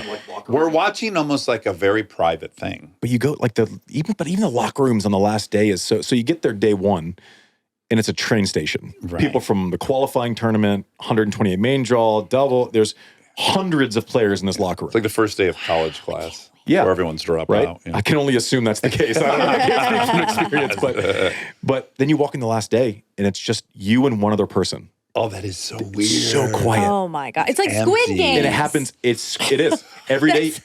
Well, true. Every day you lose. People. Yeah, like every day you lose like a quarter of the draw. Whoa, yeah, that's such a mind Just fuck. two people in a locker room, like you hear. It's so weird. Yeah, that It's is so freaky. weird. Like you walk in and it's like, Wow. then you like walk past the person. Oh. It's like, hey, Hey, this is So stressful. Hey. awkward. hey, have a good day. I mean, don't. I don't. I know, yeah. What do you say? Good luck? Actually, no. Eat shit. I Yeah. don't know. We're allowed. Can't say that either. One of the things people are loving about your show is that you're not afraid to take people to task. Ooh. And I do want you to just tell me what's this situation with this billionaire Bill Oh Ackman? no, that's what I thought you were talking about when Oh. you was like billionaire. You said so. Oh, and I said Bill Gates. So Bill Ackman played he's funding a lawsuit against the ATP tours, basically saying there aren't enough jobs and there's like a bunch of other things. And I don't know. Not a lot of people have signed up. They basically have this thing that they say they're, a players union, but the players haven't agreed to it. Right. So I'm like, I don't know where that leaves us. So we had like a contentious with his CEO from that thing like a year ago on our show. So Bill is obviously brilliant at what he does. He's a brilliant investor, polarizing. Half the country likes what he says, half the country doesn't. Sure. Fancies himself like a tennis player. It's like I'm good.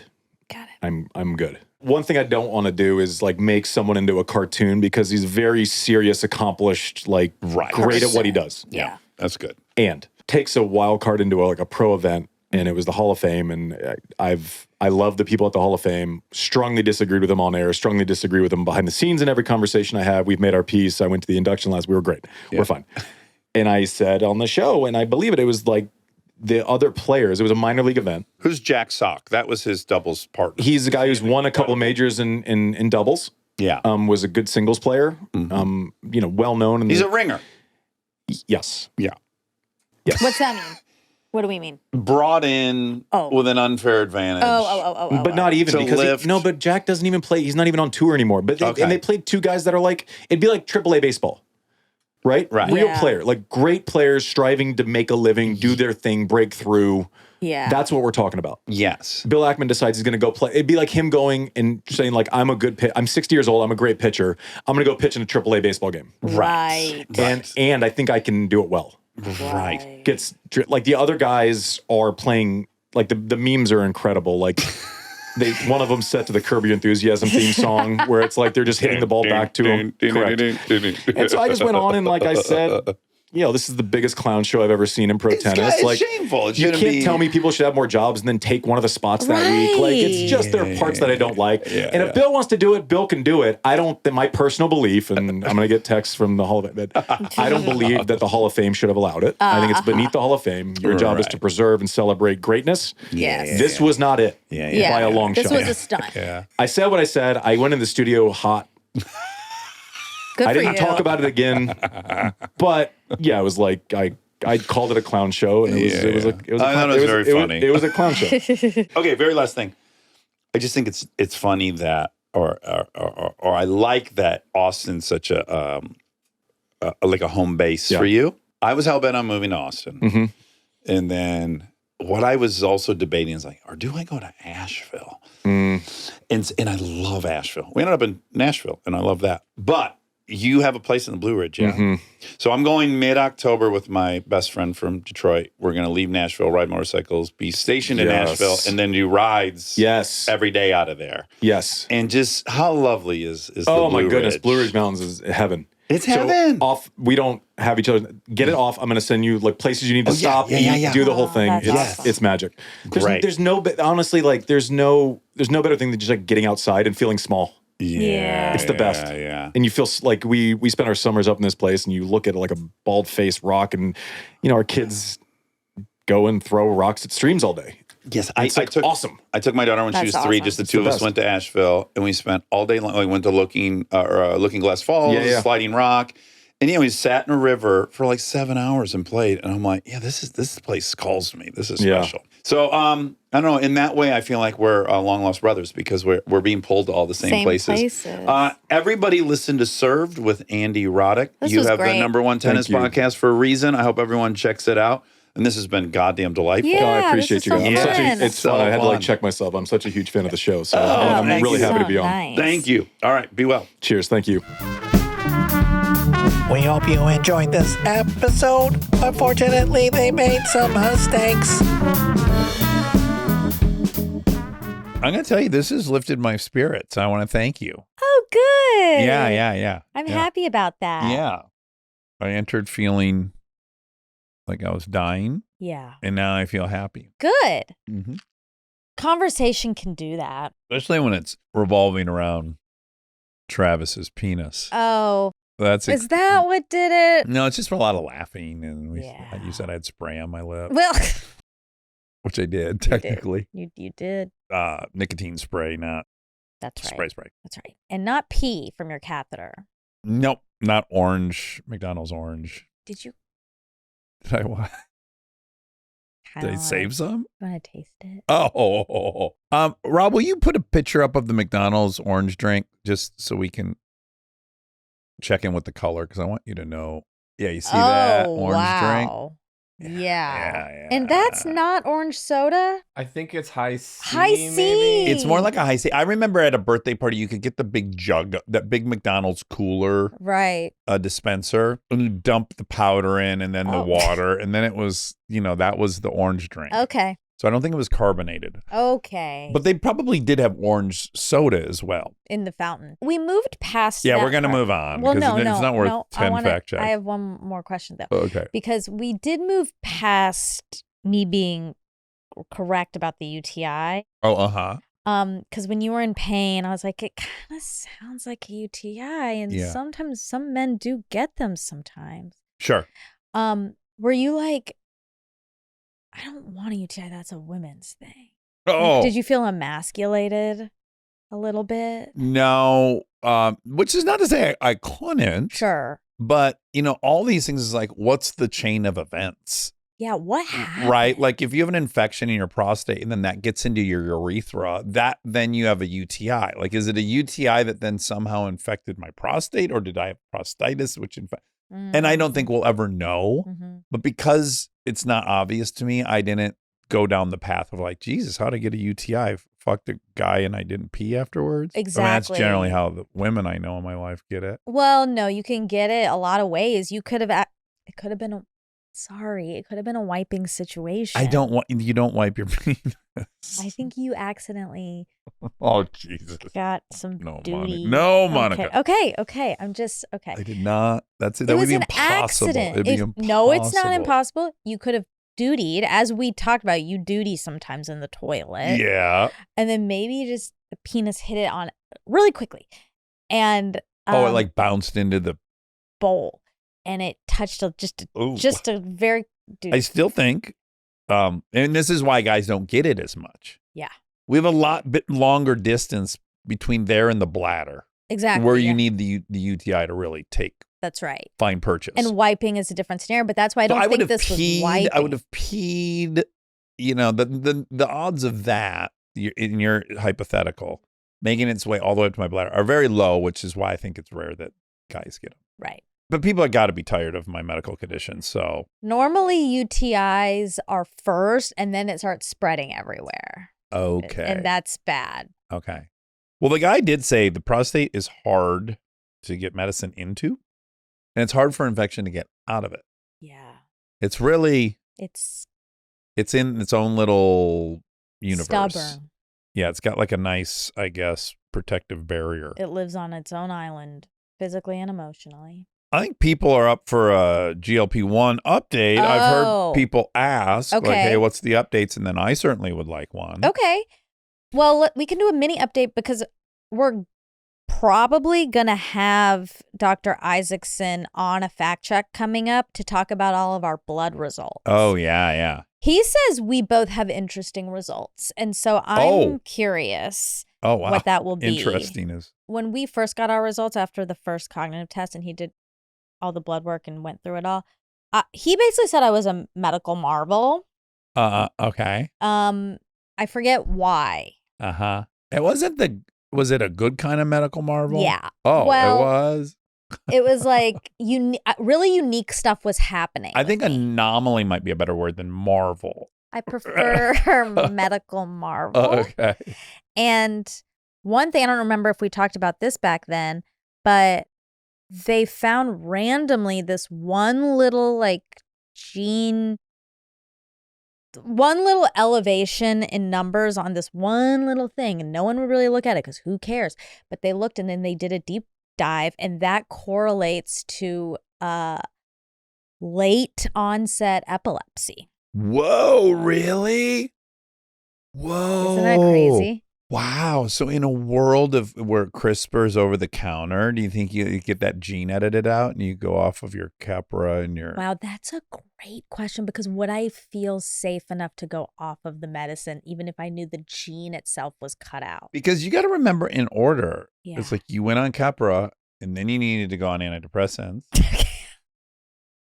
Or I shouldn't say needed. No, you I went did. on Capra, I did need to, yeah. and then you went on antidepressants. Yeah. But we have different, I think, well, look, Capra can be associated with depression. Uh-huh. But I believe deeply that again, it was, I had a seizure. I had to put on this medication, COVID. Started right away. So much was happening that it just pushed me over the edge. Yeah, hard to parse out. It's hard to parse out. Knowing my family history, Yeah. I believe I needed antidepressants before that. Yeah. And would have needed it regardless. Uh-huh. But who knows? Who knows? Who knows? And I wonder if I would feel safe enough to get off of it. Also, antidepressants often cause weight gain, Mm-hmm. right? They can, yes, they can. And then there's a fourth thing in the mix that causes weight reduction. Uh-huh. You know, at least from my perspective, it does look like there could be a whole chain of events that starts with one thing. Yeah. It'd be interesting if you didn't have that one thing, where we're at with all the other stuff. I don't know. I don't know either. I don't know. I know for sure that being on the Triz Mm-hmm. has not impacted my mood. Mm-hmm. For a while, I was like, "Oh, We call it maybe- Trizepatide Triz. Oh, yeah. Yeah. Yep. Like it.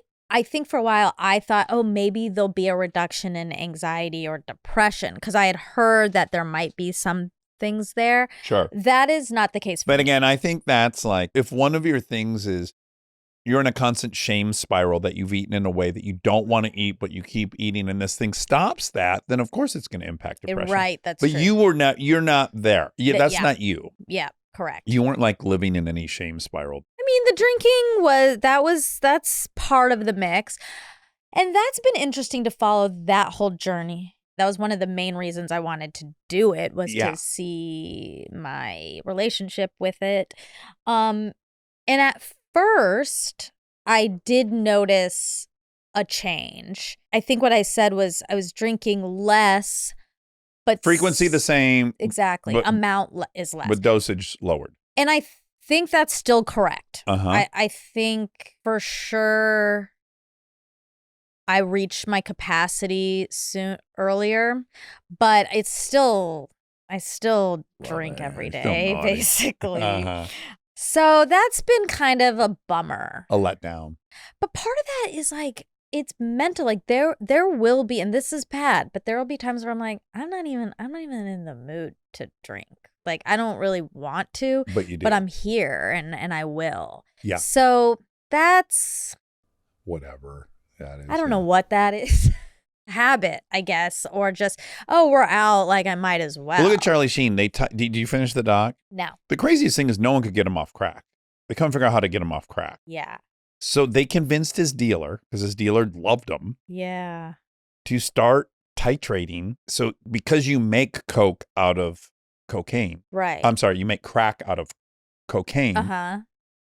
He could add however much baking soda he wanted to dilute it. Oh. And over the course of a year, he just reduced the crack to having almost no cocaine in it. Wow. And eventually, and then Charlie's just thinking, well, I've reached the capacity. I can no longer get high. And he stopped.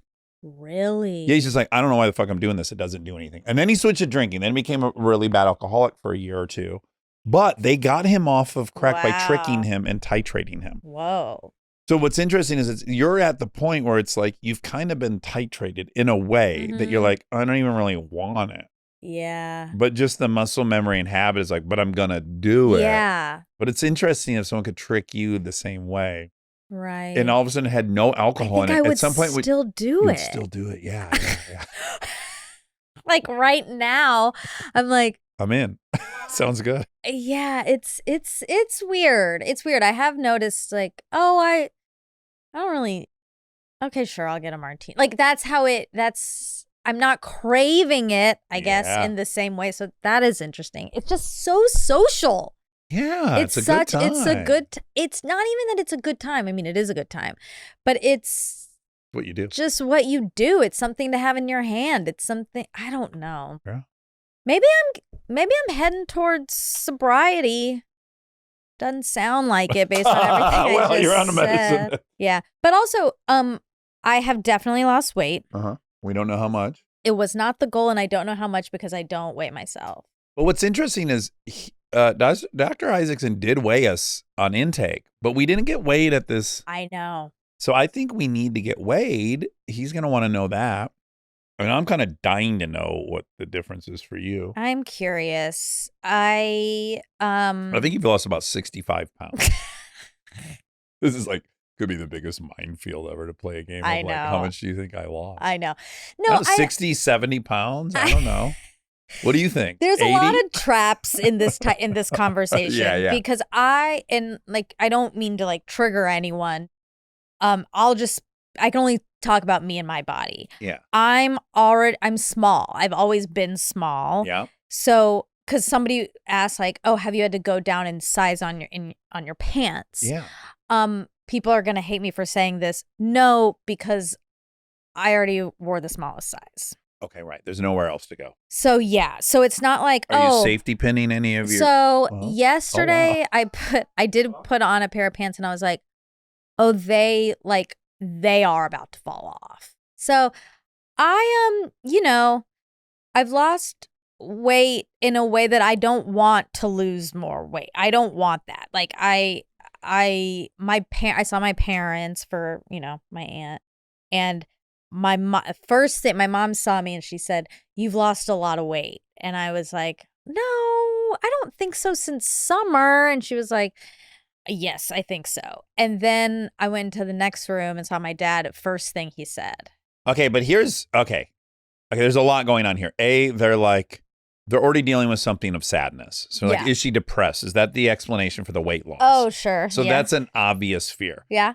But I'll add that when I go back to when I used to go back to Michigan, Yeah. and people treated me like I had full-blown AIDS. They're like, "Why are you so thin?" Like totally Yeah. concerned. Right. And I was like, I just got to acknowledge, like, the baseline of what way too thin is in LA is just way different in Detroit. Yes. And truthfully, I'm with like 6 of my friends growing up, and they've all got that, they're all hovering around 235, and they got a nice gut they've earned, and that is how you look. So when you don't have it, it looks crazy to them. It'd be one thing if it was the other family members who said that, but my parents do see me they saw me in the summer, and they have I've always been small, so it's not like they're like, why aren't you looking thicker? Like, I think to them it was drastic. Yeah. Whatever. That's whatever. The weight. Except I will be honest, and Dr. Richard Isaacson is really not going to like this, but it is the truth. I have lost a lot of muscle. Oh, yeah. And Yeah. that is bad. And I've been trying to actively build bone density. Yeah. Farmer's carries. Yeah. I haven't done farmer's carries. I'm afraid to ask you, but how much effort have you put into muscle retention? Because they're too heavy. Shit. Okay. So now we're in now I don't really know what to do because I'm weaker. Oh boy. So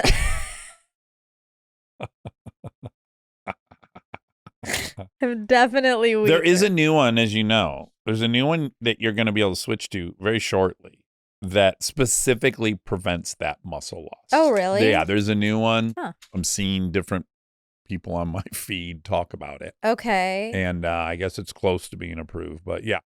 Huh. It's like a triple inhibitor.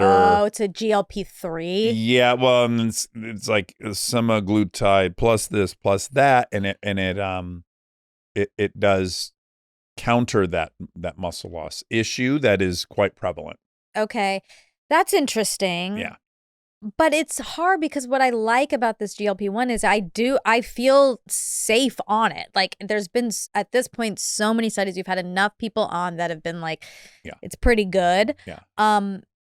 So to do this other one feels a little more risky. Yeah. I should probably just try to do more farmer's carries, but they're so heavy. Yeah.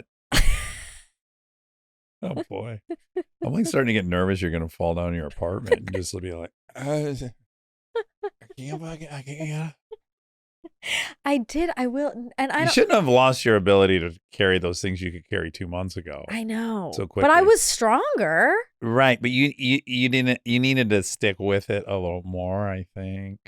I don't know how to say this, but they were heavy. Yeah, but they wouldn't have been 40s. heavy if you never stopped. I know, but then I was tired. Like if I don't squat for a month and a half, I'm not going to be able to go squat 250 like my normal thing. I'm going to have to drop down. But you can, within a couple weeks, you can be back. I worked my way back. I can. Yeah. I have to start off with 5s. Whatever it takes. And then next week you do 10s. Yeah. I do. I need to. I am a little nervous about the lack of muscle. But I want you to. I know.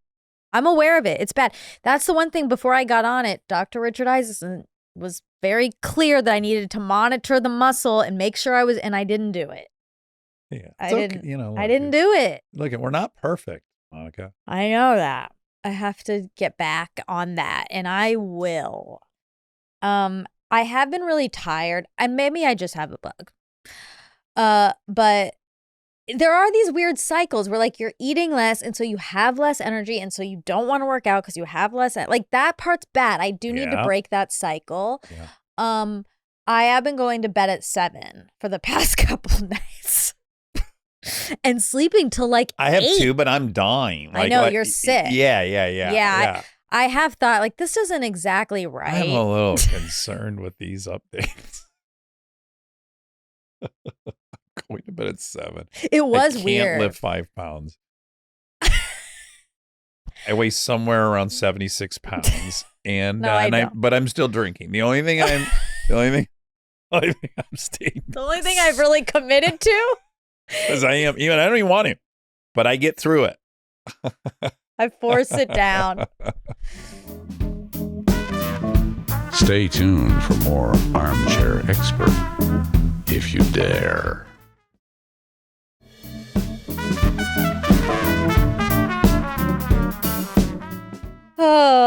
but you know what? I think you got to try the Mel Robbins 5, 4, 3, 2, 1 approach to this, Okay.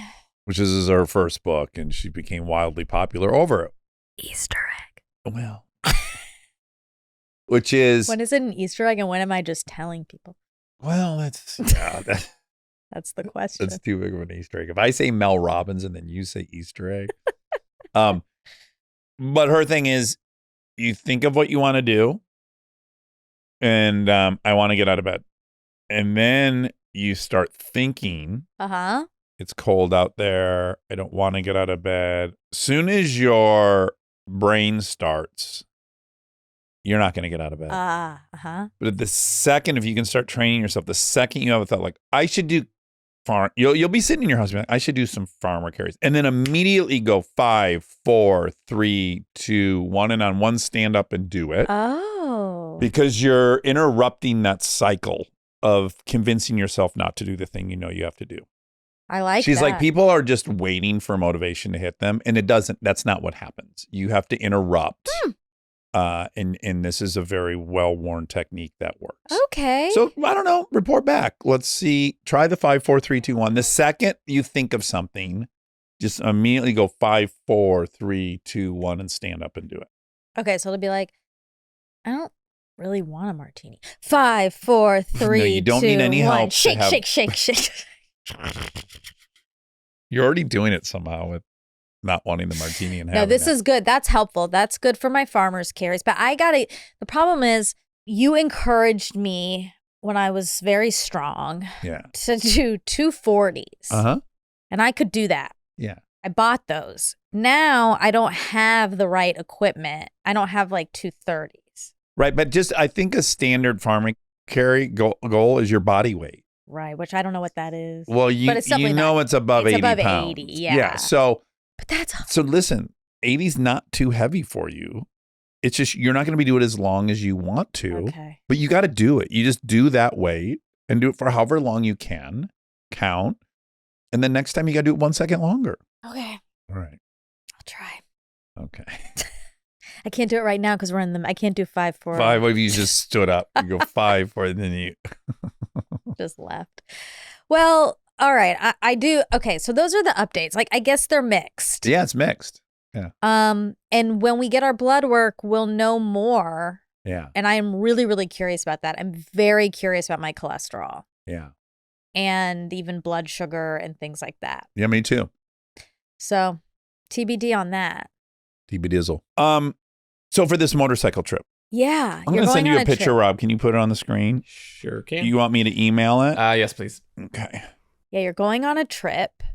Yeah, this is so exciting. I'm so lucky and spoiled. I want to own this because if I was a dude listening to this, I'd be like, you know what? Fuck you. You have money. But I have great relationships with all these different motorcycle manufacturers. Yeah. I go to track events with them. I'll be in their videos, whatever.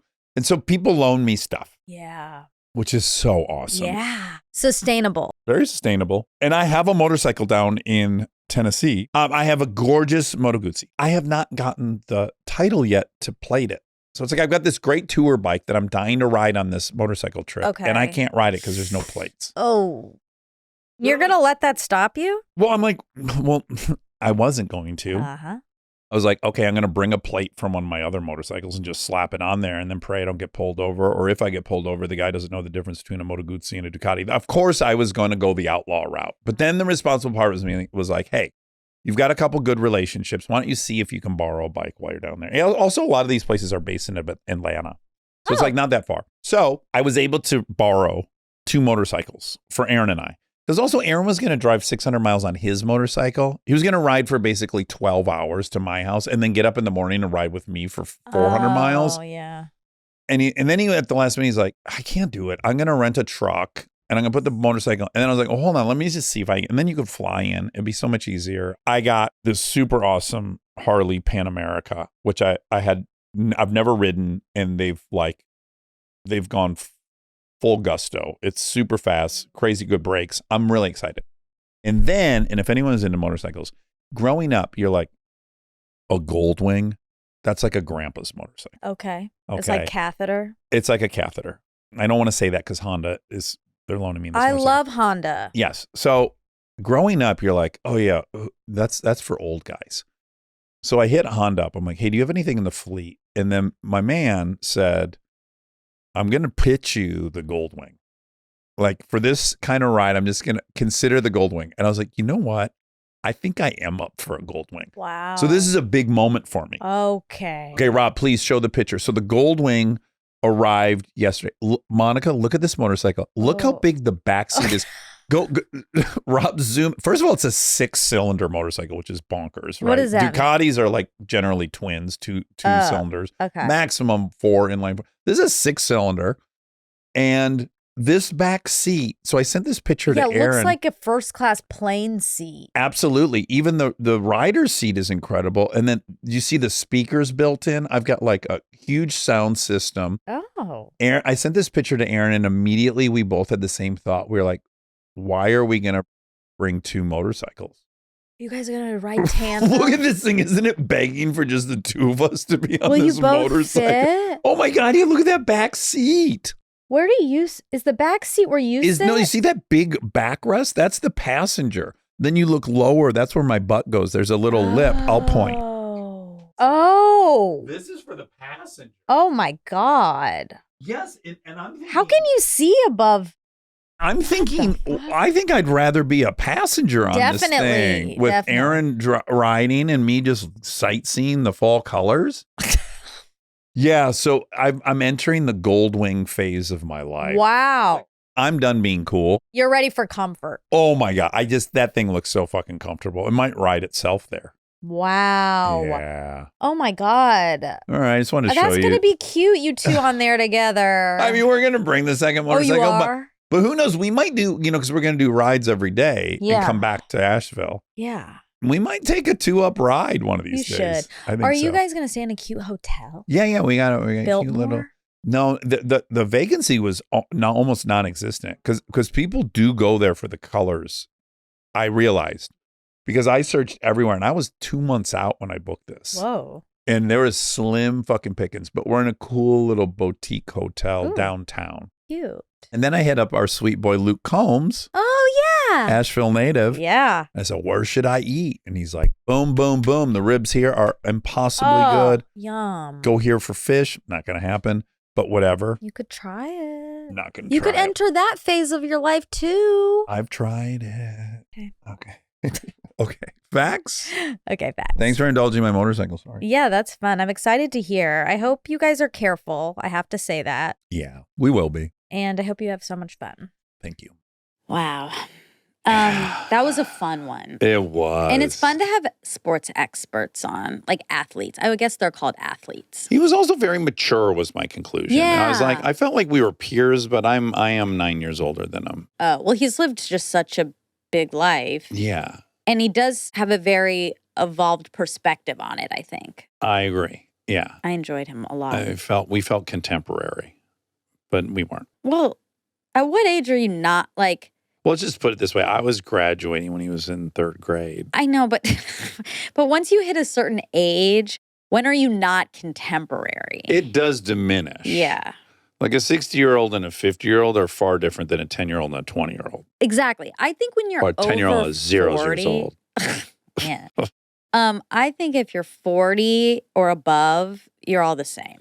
I saw a really comforting graph this morning. I think it was in the New York Times, and it was, because Harvard has done like a very, very long study on a lot of people about happiness. So all this data has come out of this, the happiness study at Harvard, I guess. Oh, and it's new? I think I'm getting that right.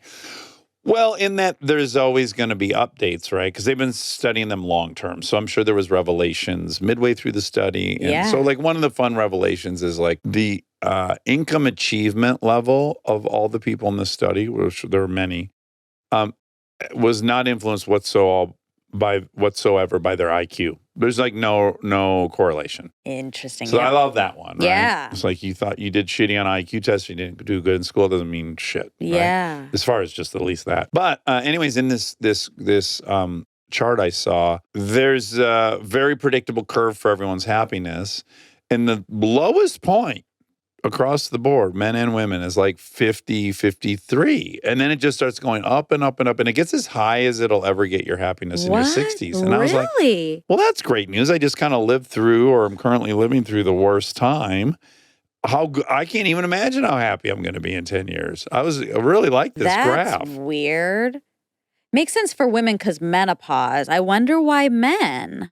I think the stress of like, am I going to make it? Can I support everyone? All that's on your Right. shoulder. You're getting a glimpse of like, you made it. You're going to get across the finish line. Failure's off the table. You did it. You have a savings. You own your home. Family's safe. I think a lot of the pressure that you put on yourself evaporates. Oh, you're saying Professionally. No, and yeah. I guess I meant why is it so low in your 50s? Yeah. Well, I think it's that, as we would say, that inflection point between I had this identity, go build, go create, Mm-hmm. save, buy something, and then this little bit of a moment of like, and for what? Again, these are like, this is the broad arc of data, which is most people in whatever their given profession is, generally they hit their peak financial Yeah. effectiveness in their 50s. That's when people get paid. Whatever your chosen occupation Yeah. was, that is where it doesn't happen in your 30s or 40s. It generally happens in your 50s. So, And maybe and then you're halfway through life, so you're depressed. that's what I was about to say. I bet maybe you're really like age becomes very present when you turn 50. And I'm halfway done, and all I did was work. I think most people are looking at this moment going, I'm so sick of working. Yeah. It didn't make me feel awesome. And I can't quit because they're finally paying me what I deserve. And I got to get paid this number. So they might be looking at like a 10-year out window before they're Well, happy. if they're waiting for Social Security, they are waiting a bit. or just your standard retirement age. Yeah, which I think normally, Yeah. 65 is, yeah. But yeah, so that's really interesting. Yeah, so my happiest years are like ahead of me, and yours too. Well, that's great. Yeah. My saddest years are ahead of me too. I They don't are. love that. Yeah, I don't love, that's not great. that's not great. Okay. They're just slightly like the graphs are slightly like the low point's a little different for women than the men. Yeah. But in general, it's only off by a few years, and it is the exact same curve, right? It's like Wow. follows the same trajectory. Interesting. Also, part of it maybe is that on average, probably around that age, 50, 53, your kids are maybe leaving, not here Not in in this LA, case, yeah, and not yeah, in LA, but not on weirdo land. average in the country, probably that age, your Yes. kids might be heading out on their own. Yeah. That's You've probably depressing. just gotten through the teenage years, or which can be hard. yeah, exactly. Huh. Very interesting. Yeah. But all very positive and optimistic. Yeah, Yeah. great. Yeah. Okay. I can get through those 3 years. Yeah. Ooh. Who What can't? will I do? Okay. His brother went to Georgia. I just wanted to say go dogs. Yeah. Go dogs. Go dogs. Been a big dogs day here in the I in the know. garage. That's a Easter I don't egg. like saying the garage. It doesn't have the same ring as attic. I say garage. We can't say attic. Well, we can't say attic because we're not in the attic. Exactly. But I wish garage had the same, and it should. Garage band, garage beer. There's a lot of cool garage, Yeah. but I don't know. You I think liked- it's well, the attic is very special. Yeah, very few people have like an attic space that they've made a clubhouse out of, but a garage. Yeah, it's like probably a lot of people have garage podcasts. Yeah. Oh, but this is where we are. Then we're in a garage. Yeah. Now, you're probably upset about that because you're 50, but I'm not. Yeah, you haven't bottomed out Yeah, yet. You're I'm not at the 38. nadir. That's right. Okay, his brother's name is John, in case anyone wants to look him up. I wonder if his brother's as cute as him and if he's single. Let's see. He's a coach. Okay. Well, most coaches are married, I think. Yeah, I think so too. It doesn't say on his Wikipedia. I can text Andy in this. He's 49. Oh, okay. I thought it was. He's about to be depressed. Yeah. Shit. Okay. Okay. Let me kick this down the road to you're 48 and he's coming out the other side. What's the Happy Gilmore quote? He kind of like half said a Happy Gilmore quote. It's golf requires goofy pants and a fat ass. Oh, I don't even know that quote. Yeah, it's from Happy Gilmore. Okay. Okay, yeah. So he had the record for the fastest serve. But now it's Sam Groth. And that's 163. No, 116.3. No, 163. He was 155. Oh. Oh my God, it's at 163 now? You're right. He had been dethroned by someone at 156, but now it's jumped to 163. Yeah. Was that a Challenger event? Challengers. I love that movie. Yeah. Threesomes. I love that movie. Really hope you have a threesome one day with a couple of like real dream boats. Me too. Yeah. Sounds so fun. It's like a four hands massage. I mean, the threesome thing is just so interesting because again, it has to be so specific. Yeah. It for me it has to be two men. Yeah. I find extremely attractive. Yes. And But again, what I have found all in my attention own on me. experiments, you'll like one more than the other. And then you're like, I kind of just wish I was with this one. well, then why do you want this from me? Well, I this still want it sounds- for you. It'd be fun. It sounds like a lot of anxiety. Well, maybe, hopefully, best case, like they're good at different things. Yeah. So yeah, then- Yeah. It's very titillating. Yeah. Okay, honeydews, he said, is a Chambord, lemonade, Grey Goose, Sprite. I think he pretty much nailed it. Okay. It is Grey Goose, lemonade, raspberry liqueur such as Chambord, honeydew melon balls. This doesn't say Sprite, but he's probably right. He knows his You tennis. seem to know his shit, yeah. Yeah. I'm really And excited. you'll be seeing him next year at it. I'm excited to one day have this. Do you know why it's called honeydews? Could you guess? I mean, deuce is part of tennis. Yeah, good job. Yeah. It's a tennis term for a tied score of 40-40. That seems like something that would come up in my minis. I've only heard deuce. I've never heard anyone call it honeydeuce, but that's great. Oh, no, honey, because the honeydew melon. Okay. Okay, he said Mayor Dinkins changed the flight pattern so it wouldn't fly over the U.S. Open. I thought that was so interesting for some reason. Yeah. And Priorities.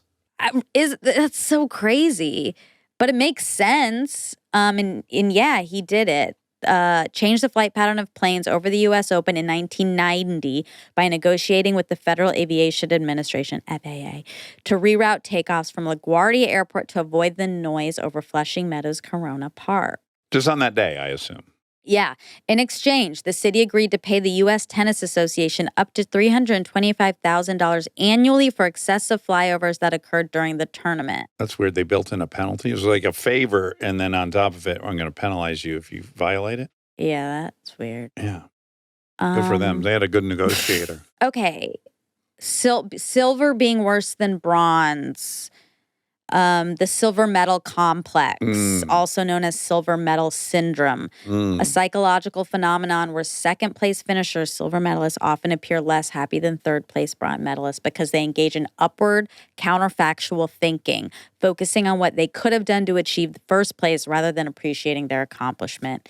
In contrast, bronze medalists tend to focus on the alternative of finishing in fourth place or not receiving a medal at all, leading to a greater satisfaction with their outcome. Yeah. So if your friend says, I have SMS, don't think like, yeah, we all have SMS texting. Think they have silver medal syndrome. And then you can ask if they have SAD. Seasonal affective disorder. That's right. And then you can ask them if they have UTI, urinary tract infection. And you should ask because they might be struggling like you are. Okay, I looked up the most expensive sports because we started talking about how tennis is there's a lot of meritocracy. We feel like it's pretty meritocratized. Meritocratic? I like meritocratized. Okay, it's nice. Yeah. Like democratized. Yeah. To participate at the highest levels, Formula One racing, equestrian sports, polo, and competitive sailing are among the most expensive sports in the world. Yeah, those have some pretty devastating built-in costs. Exactly. Yeah. These sports require massive investments in elite equipment, maintenance, logistics, and skilled personnel. Oh, also high-cost youth sports, ice hockey says an average annual cost of $2,583 per child. Ice hockey's rough because you got to get ice time at places throughout the year when you're not by a frozen lake or if you live in any state without frozen lakes. Yeah. So ice time becomes really pricey. And then field hockey, ice. Okay, those are youth. Now it says elite level individual sports, golf. Is most expensive? It says high-end clubs can cost hundreds of thousands of dollars for a membership. Professional players pay for equipment, caddies, coaches, travel, and tournament fees, which can exceed $1 million per year.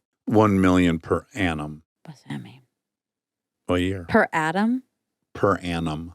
Oh, wow. Don't you like? It's a gentle way to say. That was cool. Yeah, per annum.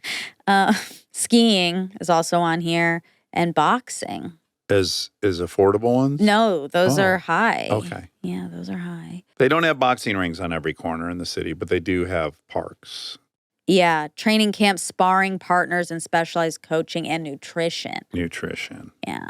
Well, that's interesting. Let me see. I think I got them all, but let me just double check. That's everything. It. That's everything for Andrew Roddick. Oh, we love them. We were charmed. Very charmed. Charmed, I'm sure. What is charmed, I'm sure? Charmed, I'm sure. I don't get it. It sounds like a sarcastic way to say you're charming. Is it like, okay, if you're talking to me and we're shaking hands, who says it? Like, who's charmed? Yeah.